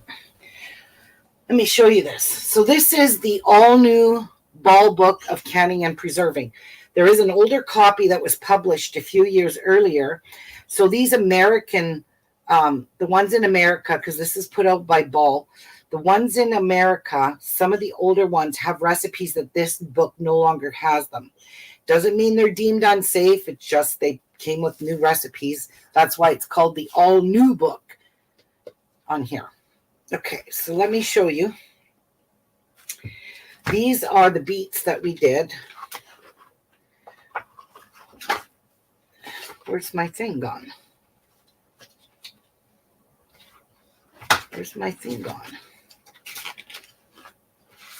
There are so many recipes in here for pickling that we've done. Okay. That is beets and horseradish. Now, we did do beets and horseradish. There's salsa. Caramelized look at caramelized pineapple habanero salsa. Bet you that is delicious. Okay, so there it is. These are called pickled golden beets. However, you don't have to use the golden beets. You can just use regular. They both contain the same amount of acidity, so which is Zippo. So these are the ones that we did, and this was 4 pounds of beets, 2.5 cups of white vinegar at 5% acidity. So you have to make sure your vinegar says 5% acidity on it. You need 1.25 cups of water, 1.25 cups of sugar. Now, I reduced the sugar. I did not put that much in, and you can reduce things. You just can't add. 1 teaspoon of salt, pickling salt, 8 cloves, 8 whole cloves, and 1 cinnamon stick, and 2 onions thinly sliced. And this pickled beet recipe, the brine is so good and incredible. But the cinnamon and the cloves, you have to tie them in a little bag because you have to discard them. They don't get pickled. Now, the meals in the jars, this is the one I was talking to you about, meals in a jar. They're called, no, that's simple one jar. Simple one jar meals. So you can do chicken chili verde. You can do chicken curry. You can do chicken and gravy dinner in a jar. Now, this is the one, it's chicken and gravy dinner in a jar, but you cannot. Yes, Crystal Castle habanero. And the chicken and gravy looks really good. So you can just turn this right into a chicken soup because it calls for the potatoes. 1 cup of peeled and diced potatoes. So you can take 1 cup of peeled and diced carrots and substitute that for the potatoes because I don't like canned potatoes. It has pot roast in a jar. This looked really good. It has beef stroganoff in a jar and shredded chipotle beef for tacos. So these are called simple one meals, and we are going to be doing some of these. We are definitely doing the chicken one. We're doing the pot roast in a jar, the beef stroganoff, and Jeff wants the shredded chipotle beef for tacos. The other two, the chicken chili verde, I'll never eat that, or the chicken curry. I will not eat that. And you can also substitute the beef for pork, whatever. If you don't want to use beef, you can use pork. That is awesome, Jan. Awesome. And then over here, we did the Mexican corn. I don't like it. That's a recipe I'd never do again. The honey gingered carrots, I don't like them. And the lemon garlic green beans, I do not like them. I do not like the flavor of after they have sat. I don't like it at all. Jeff loves the Mexican corn. He's not crazy. The reason I don't like these carrots is because the carrots are overcooked. And I don't like mushy carrots. So when I put the carrot in my mouth, it's just like a texture thing. It's just like eating a piece of avocado barf. So I would never make these again. We tried them. I don't like them. It also has balsamic beans, green beans, and mushrooms that everybody is making. Green beans and mushrooms. They're making those like crazy. Herbed potatoes. You can do herbed and spiced potatoes in a jar. You can do chipotle potatoes, or you can do Mediterranean potatoes. You can add a whole bunch of flavors to your potatoes and can them, as long as you follow this recipe. These are tested. These are proven. These are safe. This is what you want to do. Remember, you can take a low acid food and switch it out for another, but you can't add to this. So you can't take potatoes and add carrots. If the recipe didn't call for carrots, then you can't use carrots. So you got to make sure you maintain what it says in here. But this is an awesome book. I have 2 bowl books, actually. This one is the one I love the best. We also made, back here, this was to die for, with the homemade jerky. Oh, the maple teriyaki marinade for the beef jerky. Oh my God, to die for. I couldn't eat enough of this. I was getting constipated from eating so much of this jerky. And Jeff had the Mexican chipotle marinade in his beef jerky. These 2 recipes are amazeballs, believe me. You will love this book. So I just ordered this off of Amazon last year, and it's got a ton of shit. It's even got recipes in here. Like literally, like a recipe. All kinds of jams and jellies and meatloaf. Okay, so the meatloaf, they're showing you a meatloaf recipe, but it's also got to do with something in their book that you need to make to put on or to add to that recipe. So they're giving you ideas in the book recipes of things that you can and use it for, like a meatloaf, or they give you suggestions and they give you the recipe too. So there's low sugar stuff in here, rhubarb marmalade, rhubarb jelly, all kinds. Like, look at some of these jellies. They just look bloody amazing.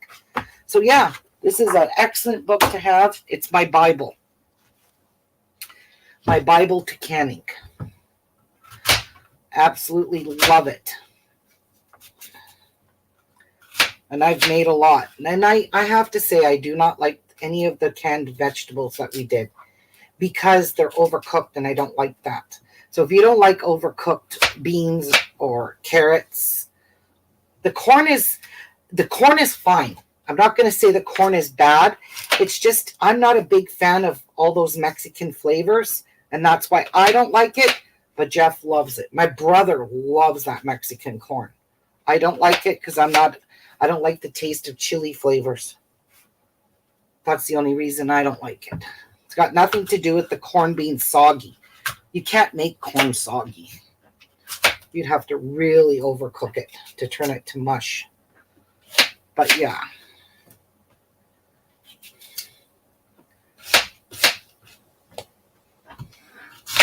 So what I'm going to do is chop up my apples, and then I will weigh them out to 24 pounds and throw them in a stock pot. And they say to put enough water in the bottom, and you have to use a non-reactive pot, which means you either need stainless steel or you need one of those enameled Dutch ovens. So I use my stainless steel because my Dutch oven would never hold all these apples.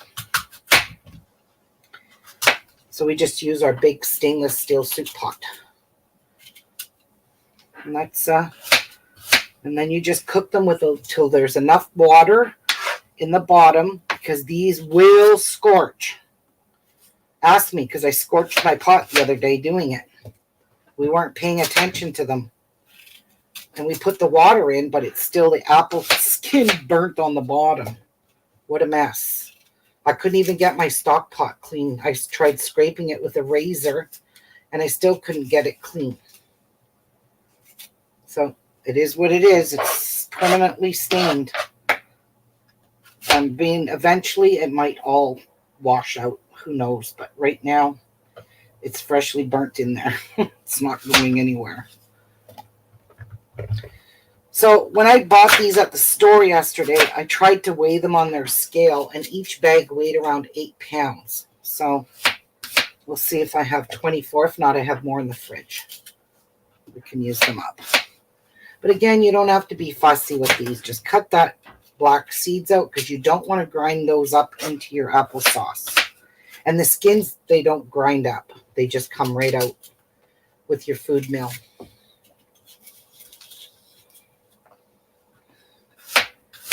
I just don't want to leave the skins in there.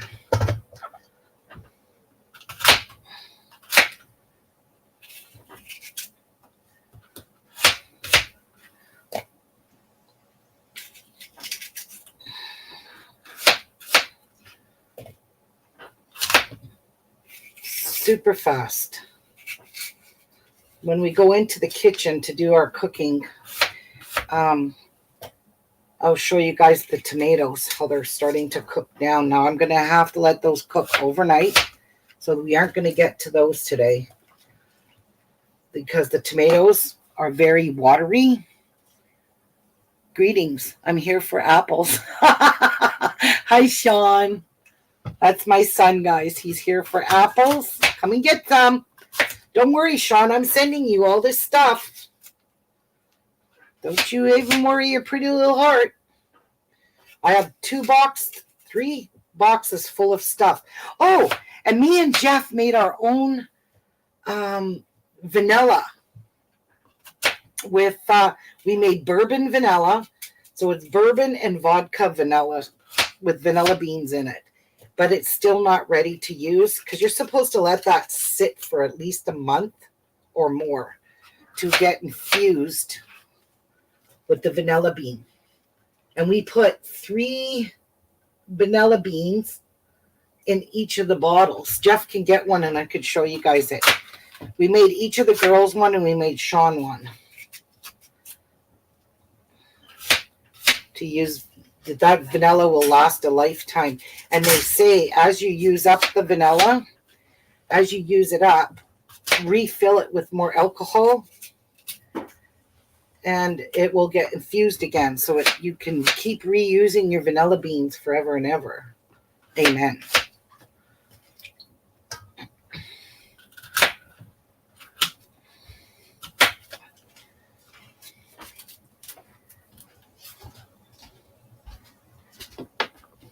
Okay. So here's the pure vanilla. You can see it's starting to darken a lot. Let's smell it. Oh, smell. It smells like alcohol. It still needs to infuse. We made about a month ago and it's still, I could see bits of the vanilla bean. There's 3 vanilla beans in this bottle. And you got to keep shaking it up and shaking it. And you have to split the vanilla beans open. Is there 3 or 2? This one's only 2. Oh, yeah, okay. So, yeah, you can see the vanilla beans floating in there. But, yeah, we made 4 bottles of this. And no rush. We'll just let it sit. You're supposed to use bourbon and we used bourbon and we used vodka. So it's turned out, I smell vanilla in it. I do smell the alcohol, but I also smell vanilla. So it's coming along. I told my girls not to use theirs. So make sure you douse all your apples in that lemon because it says treated to prevent browning and drained. And they don't want your apples to brown or oxidize because that will turn your applesauce brown.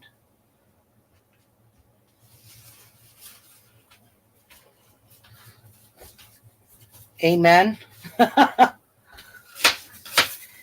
Yeah, Sean's been coming after me a lot lately, my son. Like, why aren't you doing lives anymore? What is wrong with you? You just trying to grow old and die? No, he didn't say that.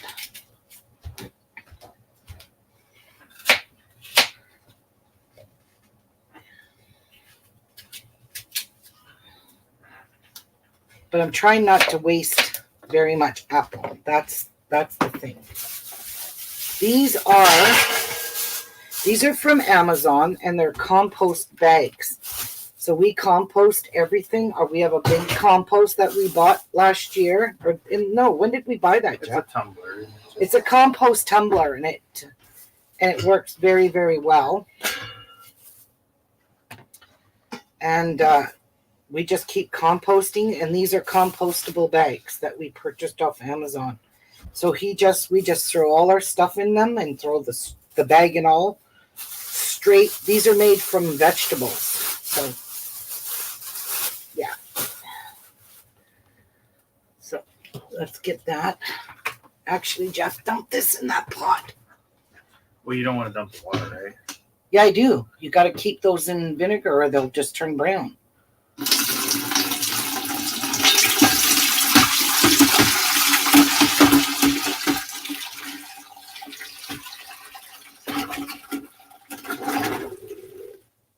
You might have to get me more vinegar and water. Yeah, because You that's mean vinegar and water in that bowl. Or not, lemon juice and water. Okay. So yeah. We like to compost anything we can to put back into our earth.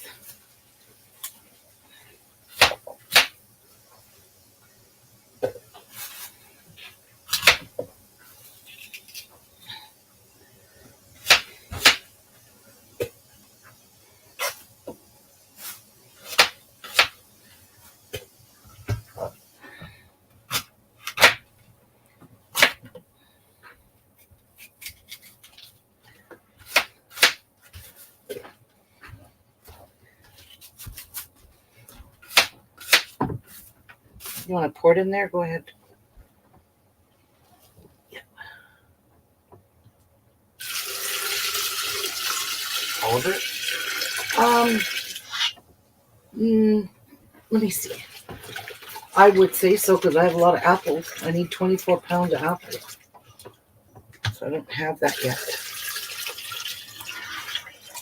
There we go. That's good.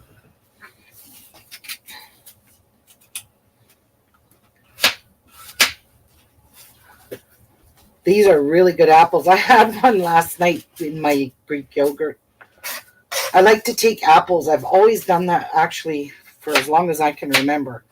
I cut up an apple. I don't even bite into it because I hate how it cuts up my gums when you bite into an apple because I don't peel it. And just take off slices and dip, like cut this. I would cut it in half like this and dip it in my yogurt. That's how I would eat an apple. And I love Greek yogurt. And I got a piece of a bruise on there. I'm just going to kind of trim it off. I don't want it in my sauce. There it is there.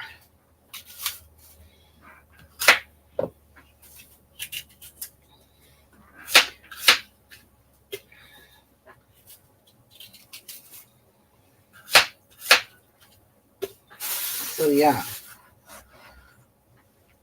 I remember when I had Miku, we weren't allowed to give him the seeds. This very little bit of cyanide or whatever's in apple seeds was absolutely toxic for a bird.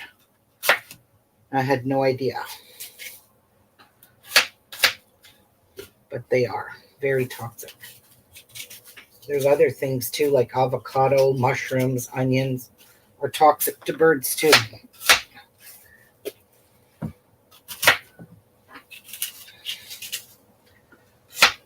Like again, you don't have to be perfect on how you cut these up because they're going through the food mill anyway.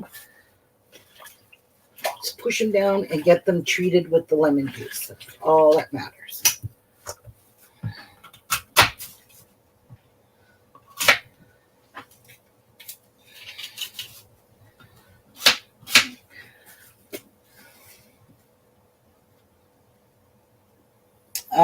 Yeah, Miku. I often see pictures of him because the lady that sold him to the other lady, the lady I sold him to sold him in less than 5 months after she bought Miku because she has small kids and Miku was attacking her kids. She sold him to another lady that strictly has parrots. And she sends me videos of Miku because the lady always sends her videos of Miku singing, dancing in his cage, on his cage. He's got his own cage, he's in with a bunch of other birds. He's in a room with a ton of large parrots. She's got a blue hyacinth macaw. She has all kinds of macaws. So Miku went to an absolutely perfect home, and I don't feel bad about selling him at all now, knowing that he's where he is and he's in a happy place. I don't miss all the work I had to do every day on a daily basis to maintain that bird. I don't miss all that at all. I don't miss him screaming and hollering. I don't miss him biting me and taking off parts of my bodies. I don't miss any of that. I just miss him generally because he was very, very, very smart. Very smart bird. And he still says, "Hi, Miku." He still says, "Hey, buddy." I heard him in the videos. Yeah, he's still does a lot that he used to do here. So yeah, I don't miss all that. I'm telling you right now, a bird is a lot of maintenance. It's the constant cleaning of the cage every day, the food you have to prep for them because they have to eat lots of raw vegetables and fruits, more vegetables than fruits. It's very expensive to have a bird like that. The toys that he used to chew up are anywhere from $60 to $70 that he would get a toy and chew it up in like 10 minutes. The toy was done. He would chew it up. It was so expensive having him. So I don't miss that part at all. I just miss him. He was glued to me. And he was a jealous bird. And that's why he hurt other people. He attacked other people. He didn't really attack them. He just scared them off by flying on them. Like my sister. She used to call Miku the Hulk. Because she said, it is funny though. It's funny though because Miku had his own room. And when we let him out every day, when we get home, we would just open up his cage, open up his door because he had his very own room. And there she comes trotting on the ground down the hallway, crawls right up onto his perch in the living room. And Patsy said the way he would walk down the hallway, he looked like the Hulk. And she would just run. Whenever Miku was running down that hallway, she was gone like a bat out of hell. I still think of that. And she's running. She goes, "Oh no, here comes the Hulk!" And she bolts because there he is coming down the hallway. Yeah, he was very smart. He was a very smart bird. But I just couldn't deal with him anymore. I'm serious. I still do miss him though.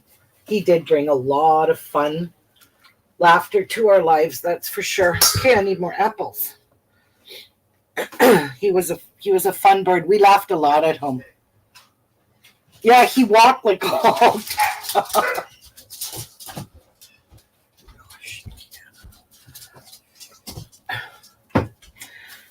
Right, Sean? Miku did have his own room. You knew that. That room was his, and when he would piss me off and scream and jump and fly all over everyone, I would put him in his room, out on his cage. He could go free in his room.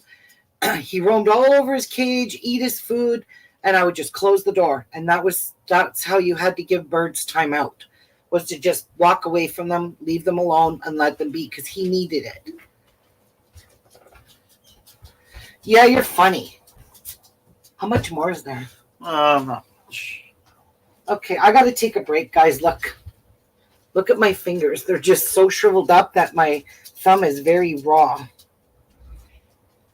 And I'm going to go and set up my camera for the kitchen so we can go cook down these apples. This is going to be the quickest, and the garlic. The garlic will be really quick. Girls, out of my room. Let's go. Come on. Get.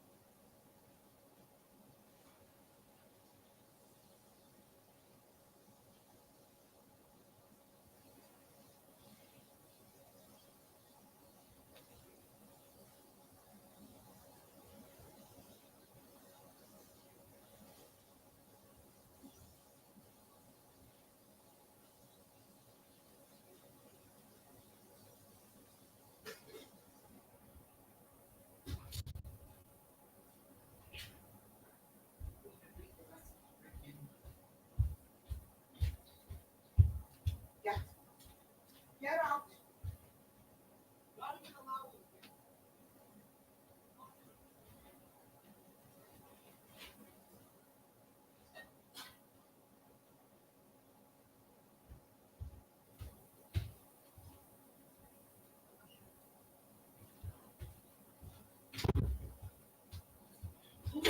Jeff, and stop letting them come in here. Get in there. Charlie, get in there. Get in there. Go. Is he in there?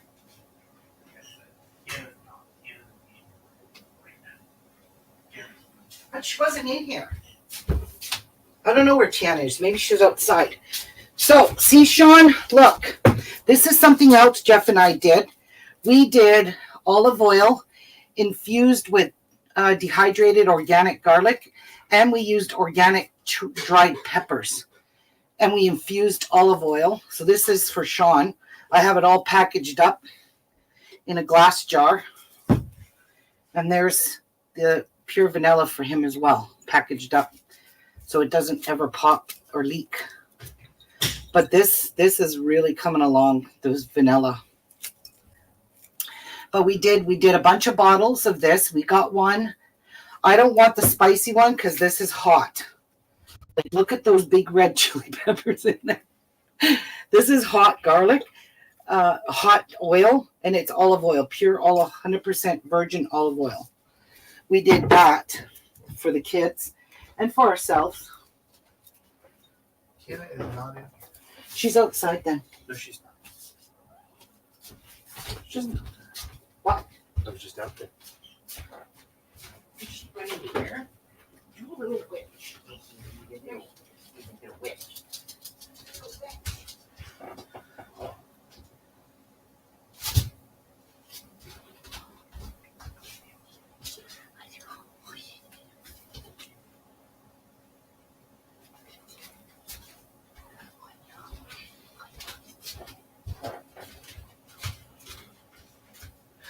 And this is our homemade pizza sauce right here. Homemade pizza sauce. It is so, so good. And there is the pickled garlic with the peppers in it that we did with our first bunch. This is actually Sean's. put those back in that box. Yeah, I'm going to go put some gloves on because my fingers are getting very, very raw. Ruby, you could run your own canning business. I'd be one of your biggest customers. Yeah. Let me go get some gloves. I can't take this any. My fingertips are raw. Where are those?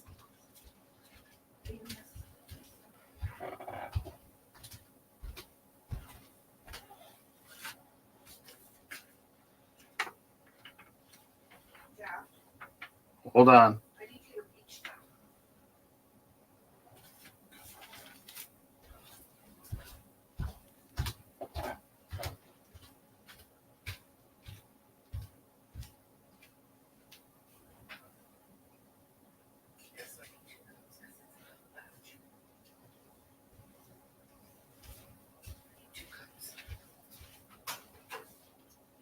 That's not lucky anyway. You're lucky if there's a half a cup of wine there. Jeff has to run to the liquor store to get some more wine because we just realized we don't have enough wine because he said this recipe calls for 1 cup. Pickled garlic. It needs 1 cup of white wine. So he's going to get dressed and run to the liquor store to get some more white wine. We've been using a lot of white wine in our recipes. Because a lot of these recipes that we made that are in, I have 3 boxes of canned goods to ship to my son. And I'm trying to figure out the cheapest way to ship it to him because they're so heavy and it will cost a fortune through Canada Post. So I might get a freight company to take them because that would be my best option. It'll be $100 to ship, probably. If a freight company is going to Vancouver, they can take them. It's not that big of a deal. My hands are wet, so it's hard to put gloves on with wet hands.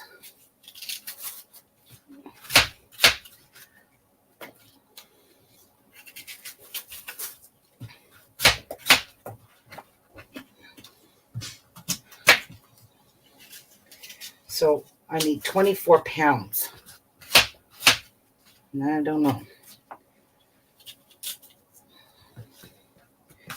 I know that the double batch fit in the entire pot. This is loaded with water and lemon juice, so it's going to look like a lot. But you do have to put some water in this.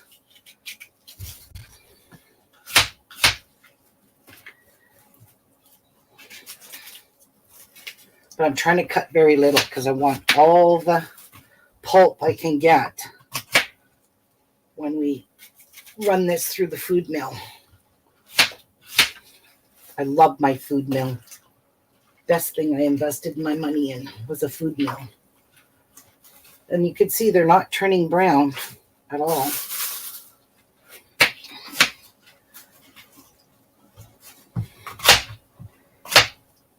Very easy prep for apples.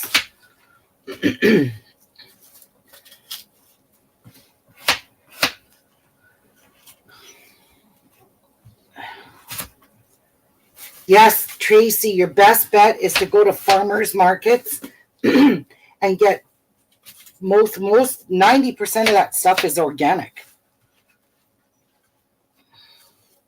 Yeah, it shouldn't be too difficult. I am sure you've got a lot of living in the country. Farmers markets are cheapest way to go. And Jeff and I have been doing a lot of shopping at farmers markets this whole summer, buying so much fresh stuff, like their grape tomatoes. They're hydroponic tomatoes. Oh my God. They are the best tomatoes. Like they're cherry tomatoes. And they're growing hydroponically. So their lettuce is growing in hydroponic pots. It's a hydroponic greenhouse, and they're local here. And I'll tell you what, you have never tasted tomatoes like I have tasted these guys. And I had no idea that this company here just exists existed in Thunder Bay till we started going to the farmers markets. And then we realized, wow, best tomatoes ever. So every time we go, we usually go every Saturday, but we didn't go today because we still have lots of tomatoes that we're trying to work through before we buy more. And I have a lot of canning to get done that I needed to get done today, so I just couldn't do it. Couldn't go there today. But every Saturday is our farmer market here, and their prices are, they're not cheaper than the grocery store, that's for sure. But then again, you're getting good quality produce and fresh. You're not getting stuff that was shipped from another state or another province, another country, in order to get, well, and then they're not even fresh. By then they're old. I'm sure these apples are pretty fresh because it's apple season. And that's when you want to buy in the grocery store, is when something comes in season. So like when all their plum tomatoes were in season, like we bought 100 pounds of San Marzano tomatoes from George's Market, which is, they only sell local farmers. It's all local stuff. It's not anything imported or brought in other than those tomatoes. They're brought from a company that runs what do you call it? Plum tomatoes? Roma Tomato Farm. And they come strictly from them, and they were fresh. That 100 pounds of tomatoes was a lot.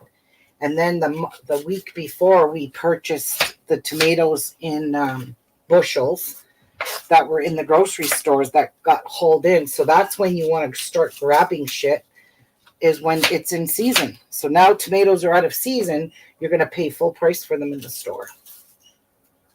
So that's how you have to watch what's in season. So pumpkins are becoming in season now. They're starting to sell pumpkins in the stores. So pumpkins are like $5. You can get a nice big pumpkin for $5. But I don't buy pumpkins because I don't cook with them. I only cut them out and carve them for Halloween. But it's so hard to dispose of pumpkins here. And then we'd have to throw those in our compost, and that's just going to take up our whole compost. So we're not going to buy any pumpkins this year. I hate having to get rid of them. And then you find smashed pumpkins all over all the roads because kids decide to be jerks and grab people's pumpkins off their stairs and smash them all over the city streets. You know, that kind of thing. So this way they can't smash mine.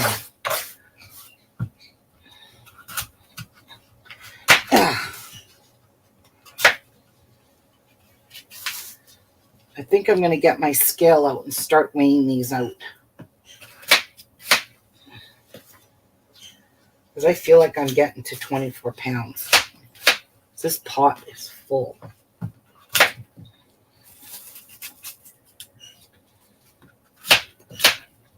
I have to get another pot.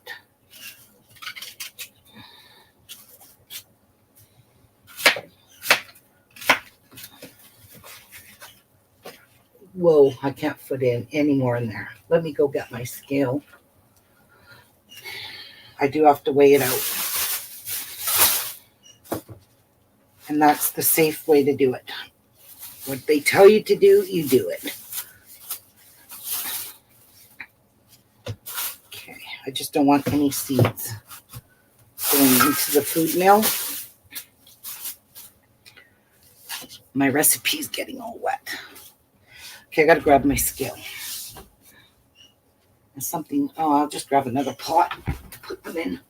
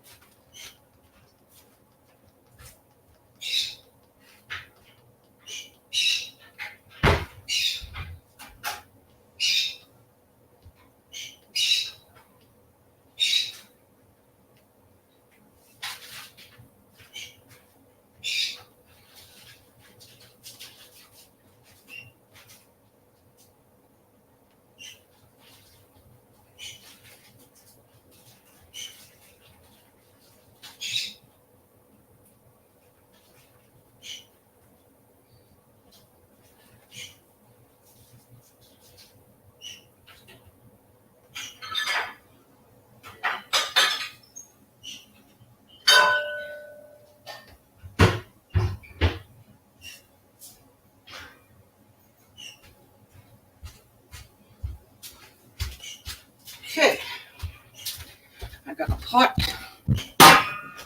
Another big soup pot. Got my scale. All right. I keep my scale in a bag because it gets dirty. So we're going to tear that out. And we're just going to fill it up and start adding this to my pot. I want to do them in 2 pounds maybe.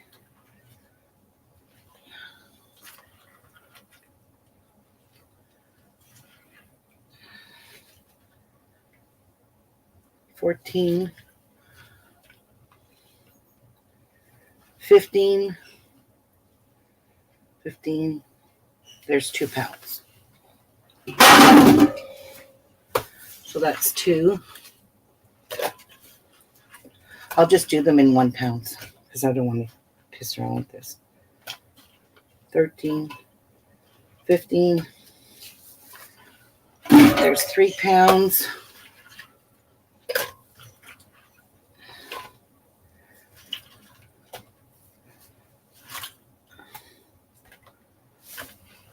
There's 4 pounds.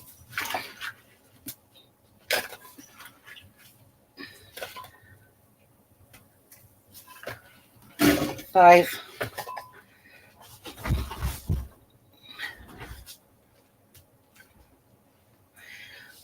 Five.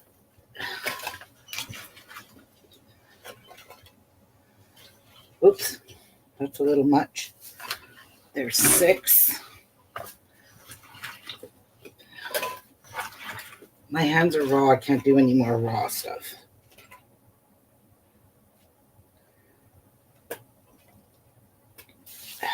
Seven.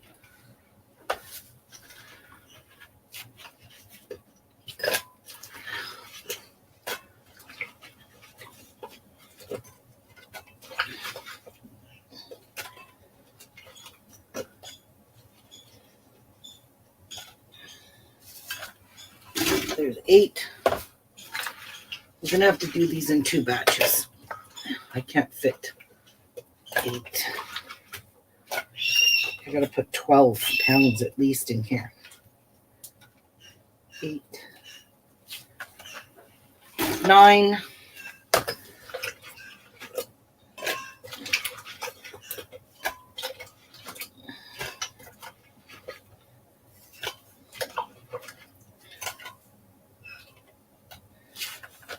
There's 10.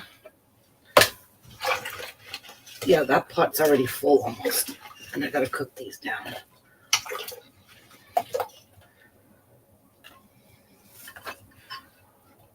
Uh-oh, I lost count. Help.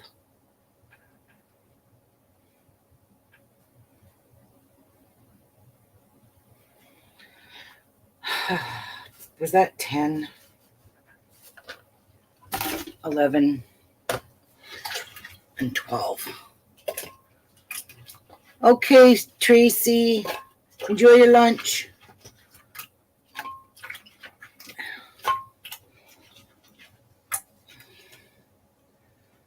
I think that's 12. Oops. So, as you can see, this pot is full. I cannot put any more in here. So there is that. Now, I'll continue cutting. But see how that protects your scale? My kitchen scale always, I'm using it for everything, weighing out stuff. So that pretty much emptied that. So it is 12. I got roughly 24 pounds.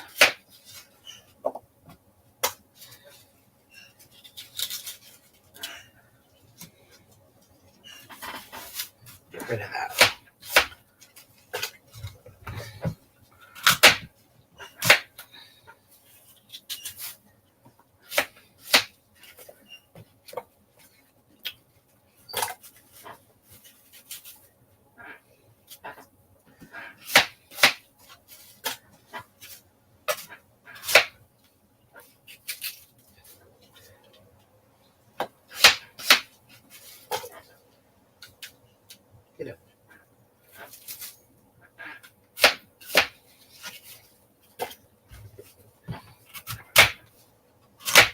these are some big Gala apples.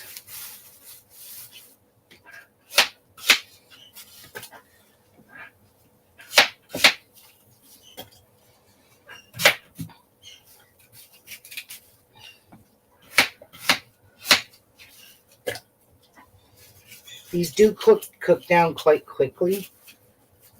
You bring them to a boil and you let them simmer. I think it says, I got to go back and look, but I think it says 10 to 20 minutes, depending on your apples. That's what it says, what apples you use.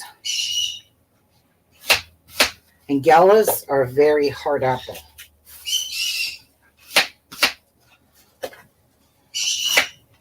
And I mean, these are sweet enough. You don't need to add sugar to this. There's no need. I just added it to the other ones to make it for oatmeal, cereals, you know, anything like that.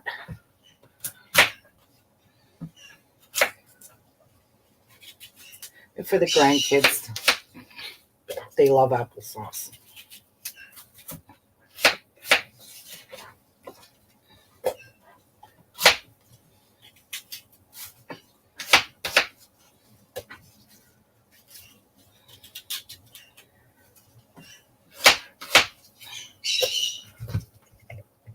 Hey, feisty lady.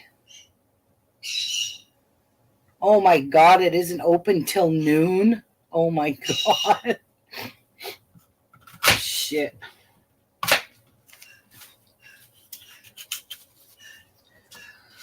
Well, I guess you're waiting, eh, Jeff, in your car? And you're going to make the mad dash like the alcoholics do? You're going to make a mad dash in there for your wine? That's going to be funny. He said last time he went to get the booze for the what do you call it? The vanilla, extract. He went to get, these two kind of turned brown. He went to get alcohol for the extract. He said the lineup for the liquor store to open was unbelievable.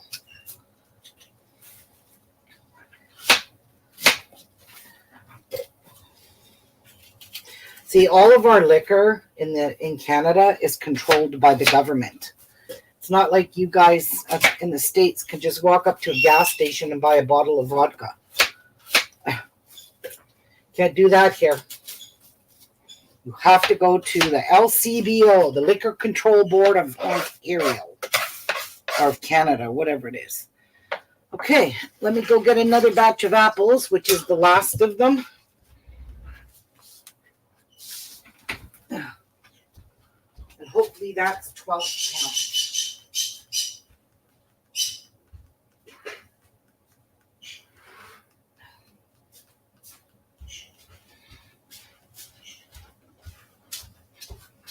Hopefully this is the last. It's going to be enough to make 12 pounds. That's the last of the apples.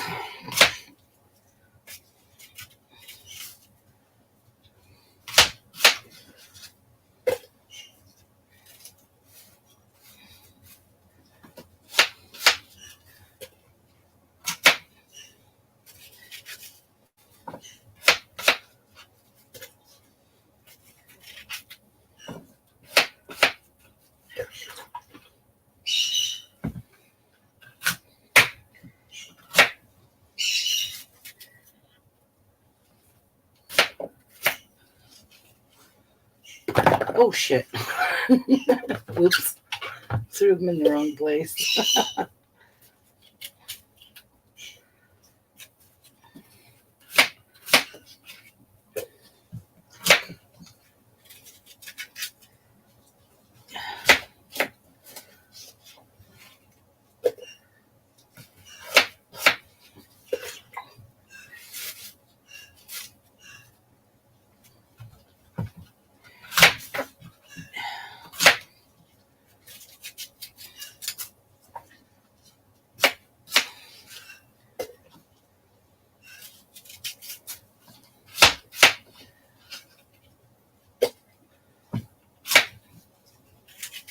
So this is the last of the prepping I have to do, other than making the chili, but that's not. I gotta sit back on my chair. That's not going to be until tomorrow because that tomato stuff has to cook all day because it is loaded with water. Well, not water, it's juice. It's tomato juice, but I want it to cook down because that's what will make it really thick tomato sauce to make his chili. And I hate chili. I don't eat that. Cockapoo. I'm going to give these a stir.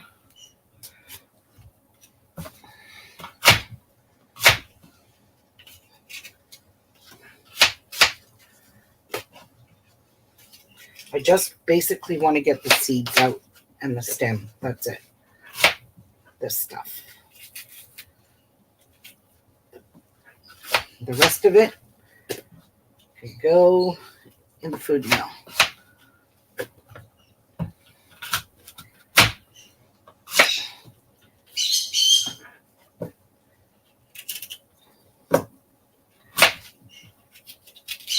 Like that seeds are in deep.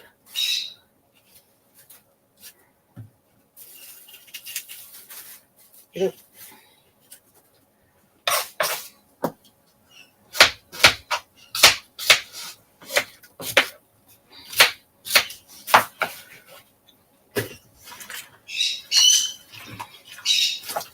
Make sure I get these covered in lemon juice.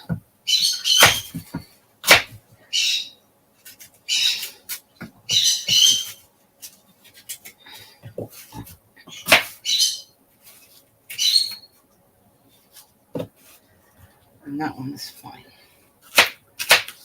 It's got a bit of a bruise on it. Took that off.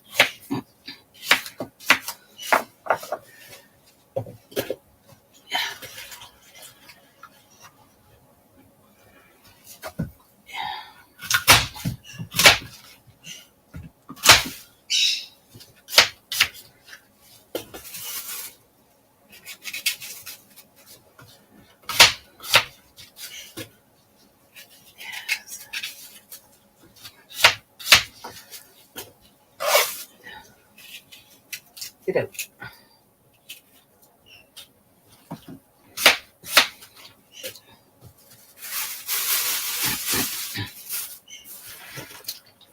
Sink those into there. So they stay fresh.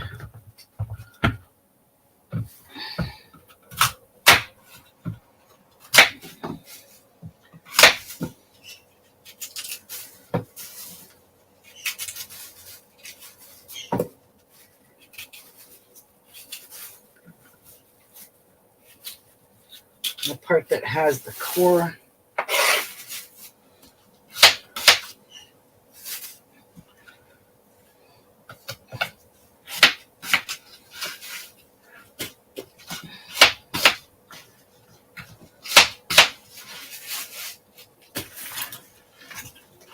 Push those in down.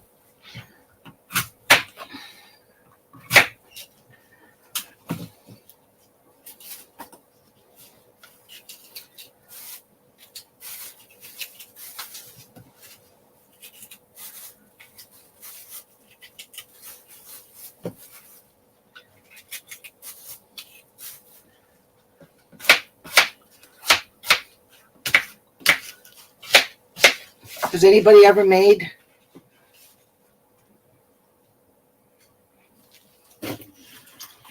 getting their drinks, you mean, Jeff?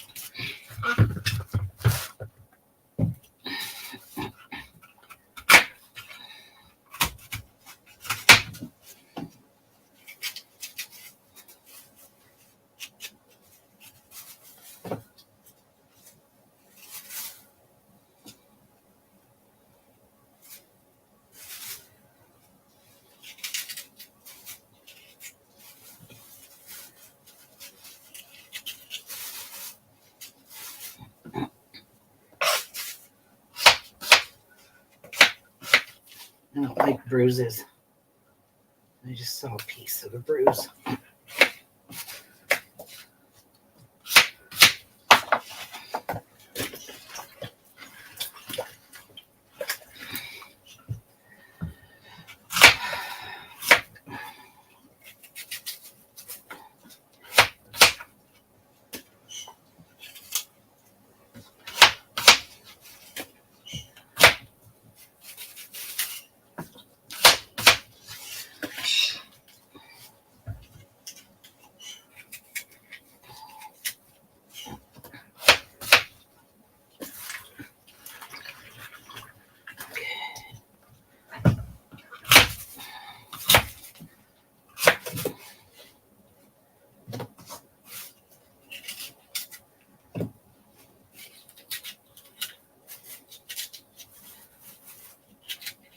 Wow, this one has lots of seeds.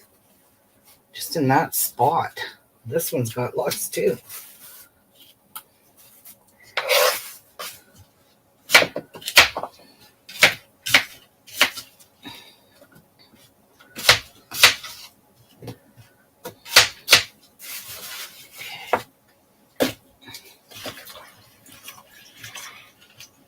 All right.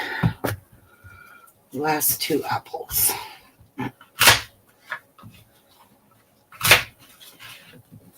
Ooh. I don't like that.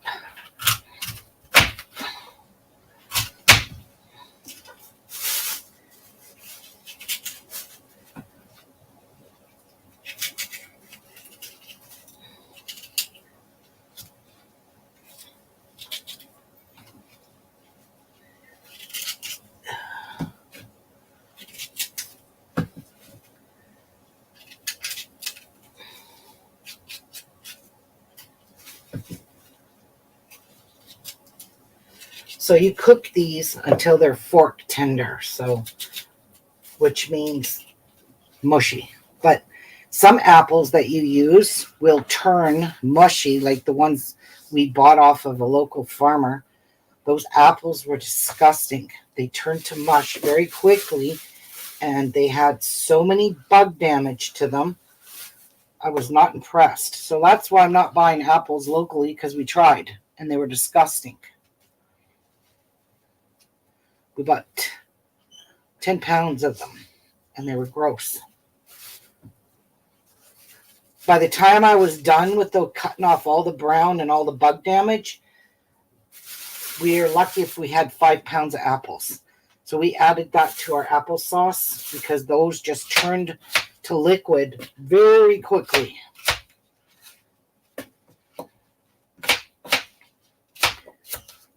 Yeah. Was not impressed. I would never, ever buy local apples again. They were gross. They sell you whatever fell on the ground, I think. That's what they sold us.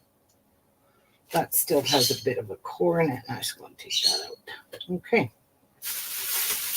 We are done with our apples.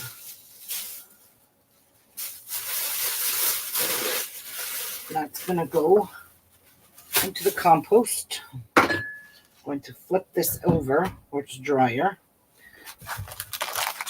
And now we're just going to weigh out and dump them in there.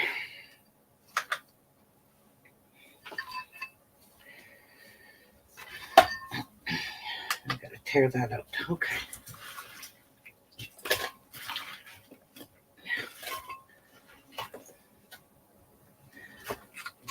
One.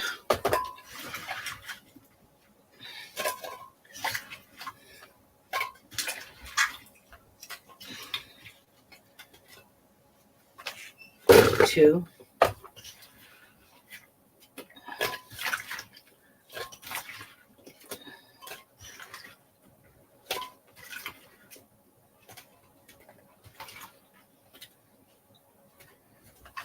Three.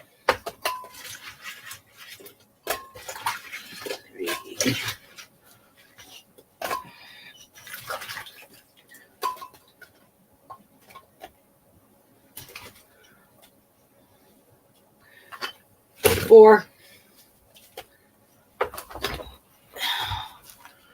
I need bring this. Oh, I can't even lift that pot. It's so heavy to drag it. Okay. 4.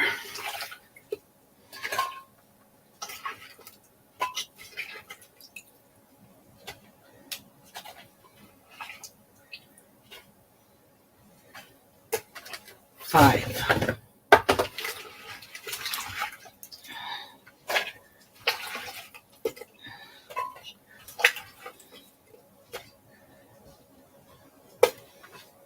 6. So there's 6. Need 6 more.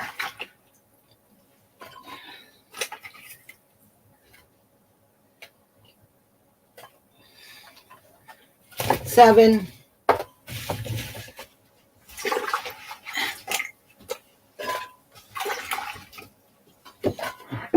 Oops, one for the doggies. Oops. 8.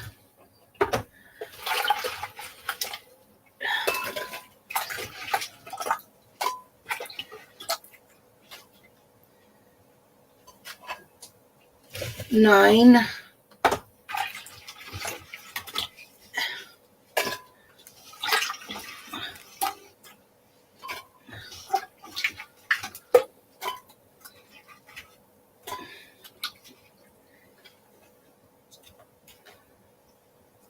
11. Wait. Yeah, that's 11, right? Why do I do this to myself? I don't know. I think it was 10. That's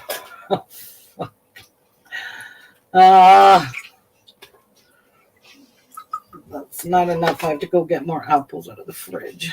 Shit.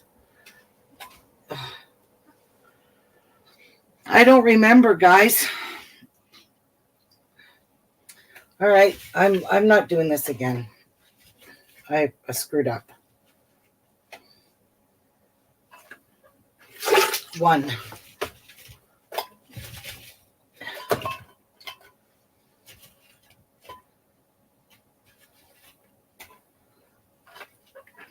2.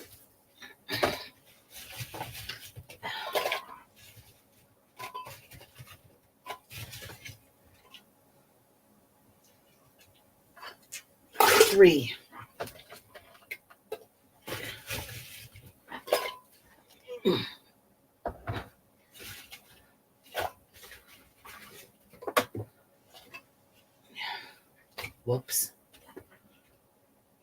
3. 4.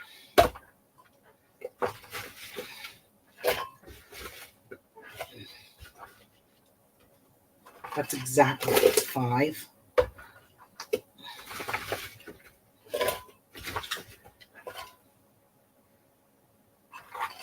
6.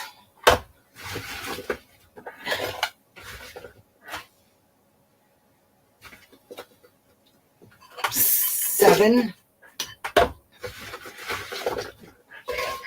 7. 8.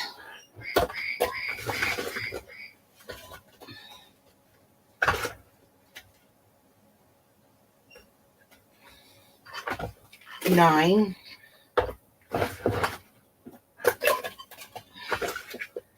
I knew I wasn't right. This was only 10. 9, 10. This is all that's left to make 2 more pounds. So, push those back in to the water.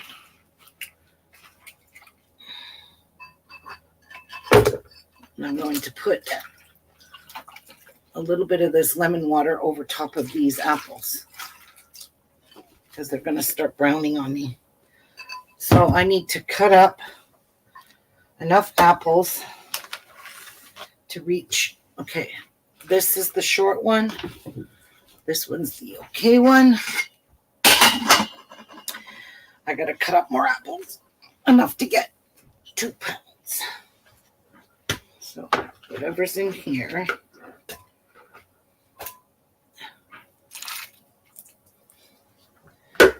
Get rid of the water. Okay. All right, I'm going to go grab a couple of more apples. I don't know how many I need, but I have a crisper full of these apples for eating.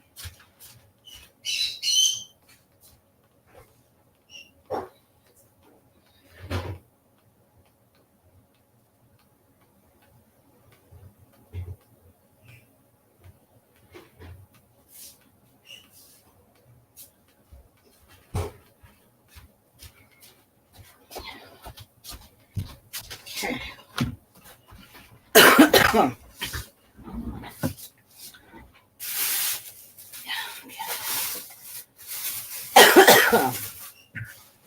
These are cold.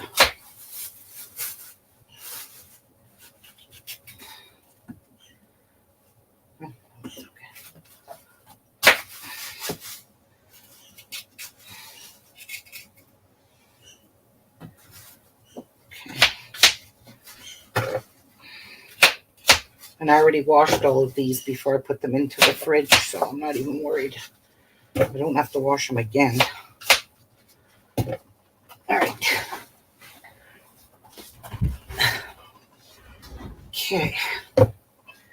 Let's get this scale going here.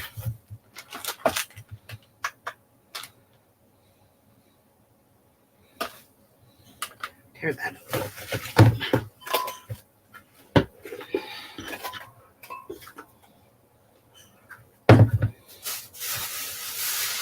Okay.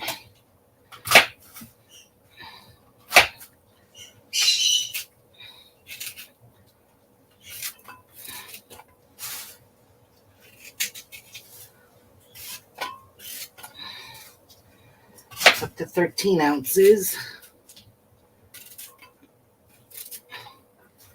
14 ounces.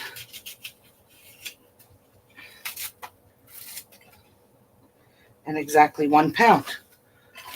So there's that.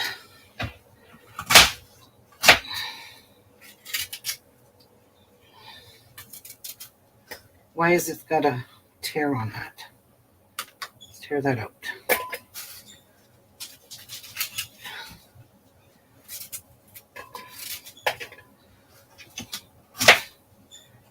Yeah. See, Jan knew I only counted to 10.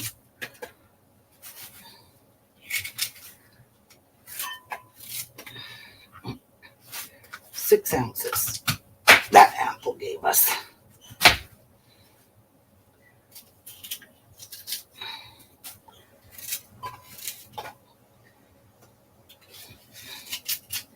I brought 5. I don't know how many I was going to need. That's 9.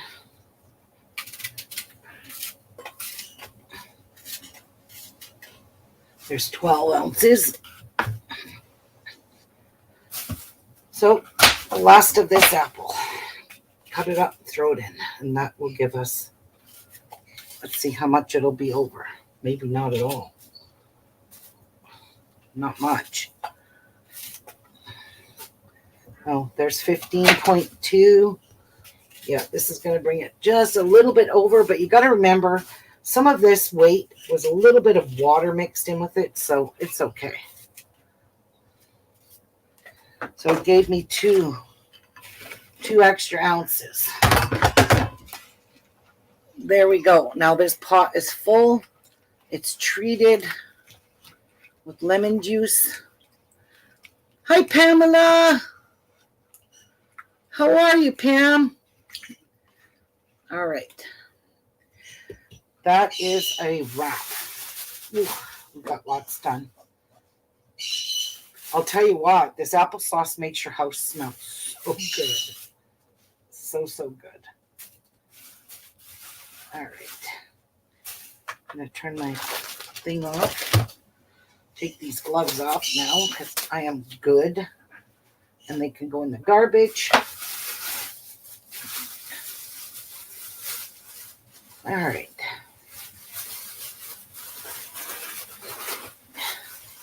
So, unfortunately, I can't be lifting these pots. For some reason, I just can't. It hurts my back. So I'm just going to leave them for Jeff to lift into the kitchen when he gets back, because he is already at the almighty alcohol store.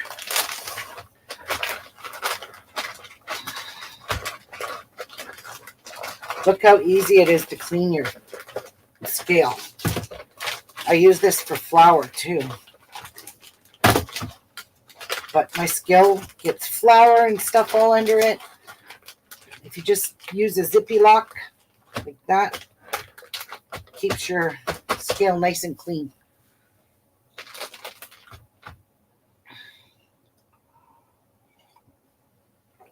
So for the pickled garlic, let's read what we've got to do. I only got it all wet. So wash garlic heads, separate the cloves, peel them, and set aside. In a large non-reactive pot, so their meaning by non-reactive is stainless steel or a Dutch oven that's enameled. They would, I bet, Pam. Okay, so in a large non-reactive pot, combine everything from the vinegar down to the oregano. So you've got to add 2.5 cups of vinegar, 5% acidity or higher, 250 milliliters, 1 cup of white wine, 1 tablespoon of pickling salt, 1 tablespoon of white vinegar, 1 tablespoon of oregano, and 5 dried chilies. It says optional, see notes, which means you don't have to put the chilies in. It's just to add flavor. So we're going to do that. Pack garlic cloves into jars, leaving 2 cents. So this is a cold pack, which means we're not heating. Oh, wait. Bring pot to boil, then reduce heat and let simmer for 1 minute. Add peeled garlic cloves, simmer another minute. So yes, this is hot packed. Optional, to each jar, add 1 dried chili pepper or a half teaspoon of dried chili flakes. Top jars with pickling liquid. Leave 2 centimeters, half-inch head space for either size of jars. Debubble, top up with more liquid as required to retain head space. Wipe jar rims, put lids on, process jars in water bath or steam canner for 10 minutes. Increased time is needed for your altitude. So we're at 632 feet above sea level, so we are in that 0 to 1,000 feet time. So it's 10 minutes. So that's good. 10 minutes. We pack your garlic in while it's hot, and then you fill the jars with the brine, and then you steam can them. And that is exactly what we're doing. We're just going to steam can them. The tomato sauce, the applesauce, you have to jar this while it's still bubbling. That's exactly what it says. I'll read it to you. Okay, ladle. Okay. Maintain a gentle boil over low heat while filling jars. So you have to maintain a gentle boil while you're filling your jars with your hot solution. And this takes only 4 tablespoons of lemon juice per batch. So that I'm going to add like 5 tablespoons. And I'm also going to add citric acid to every one of my jars, as I do for everything I preserve, because I am so scared of botulism or bacteria growing in anything that I can. So I always add a little bit of citric acid just to be on the safe side in case my lemon juice just doesn't do the trick to kill botulism. So anything that has a vinegar or an acidity in it, an acid in it, like lemon juice and vinegars, apple wine or apple cider vinegars, all those kinds of white wine vinegar. Actually, white wine and red wine vinegars have 6 to 8% acidity. Just all depends on the company that makes it. We're not adding sugar to this one. We're just going to add the lemon juice, and we're going to cook it over medium heat. Ladle hot applesauce into hot jars, leaving half-inch headspace. Remove air bubbles and adjust headspace by adding hot size. Wipe rims, center lids, place jars in canner, ensuring they are completely covered with water. Bring to a boil and process both pint and quart jars for 20 minutes. So we're using a steam bath or a steam canner, and the processing time for steam and water are identical. So there's no less time because we're using a steam canner. It's still the 20 minutes. So we're going to just do one batch at a time because one batch makes enough jars to fit into the steam canner. I remember that. We had to do these in 2 batches. Actually, no, we combined them all. I don't know. So I'm going to... This apple coffee cake, man, is so good. So this takes flour, baking powder, baking soda, cinnamon, ginger, nutmeg, allspice. I do not have any allspice. Salt. Neutral flavored oil. So that means like corn oil or vegetable oil of some kind. Eggs, applesauce, apples, butter. I need softened butter. And brown sugar, flour, and rolled oats for the crumble topping that goes on top of this. Oh my God, it's just so good. So good. All right. Well, I'm going to be moving into the kitchen with all you guys, and I'm going to have to disconnect here to move all my equipment into the kitchen. So I am going to just make a new video. I'm going to end this stream. I'll make a new one once I get in the kitchen. So give me I need Jeff to come back because he has to help me carry these. This one is very heavy. It's full of water. This one's not so much. But this one here I want to get cooking because this one here is starting to brown the apples. I got to hurry up and get that on the stove. Okay, so I will be back shortly with a new... Oh, shit. Water on my mouse. With a new live stream so I can move on in to the kitchen now. Okay, so I'll see you guys really shortly. Give me a half an hour. Okay, be right back.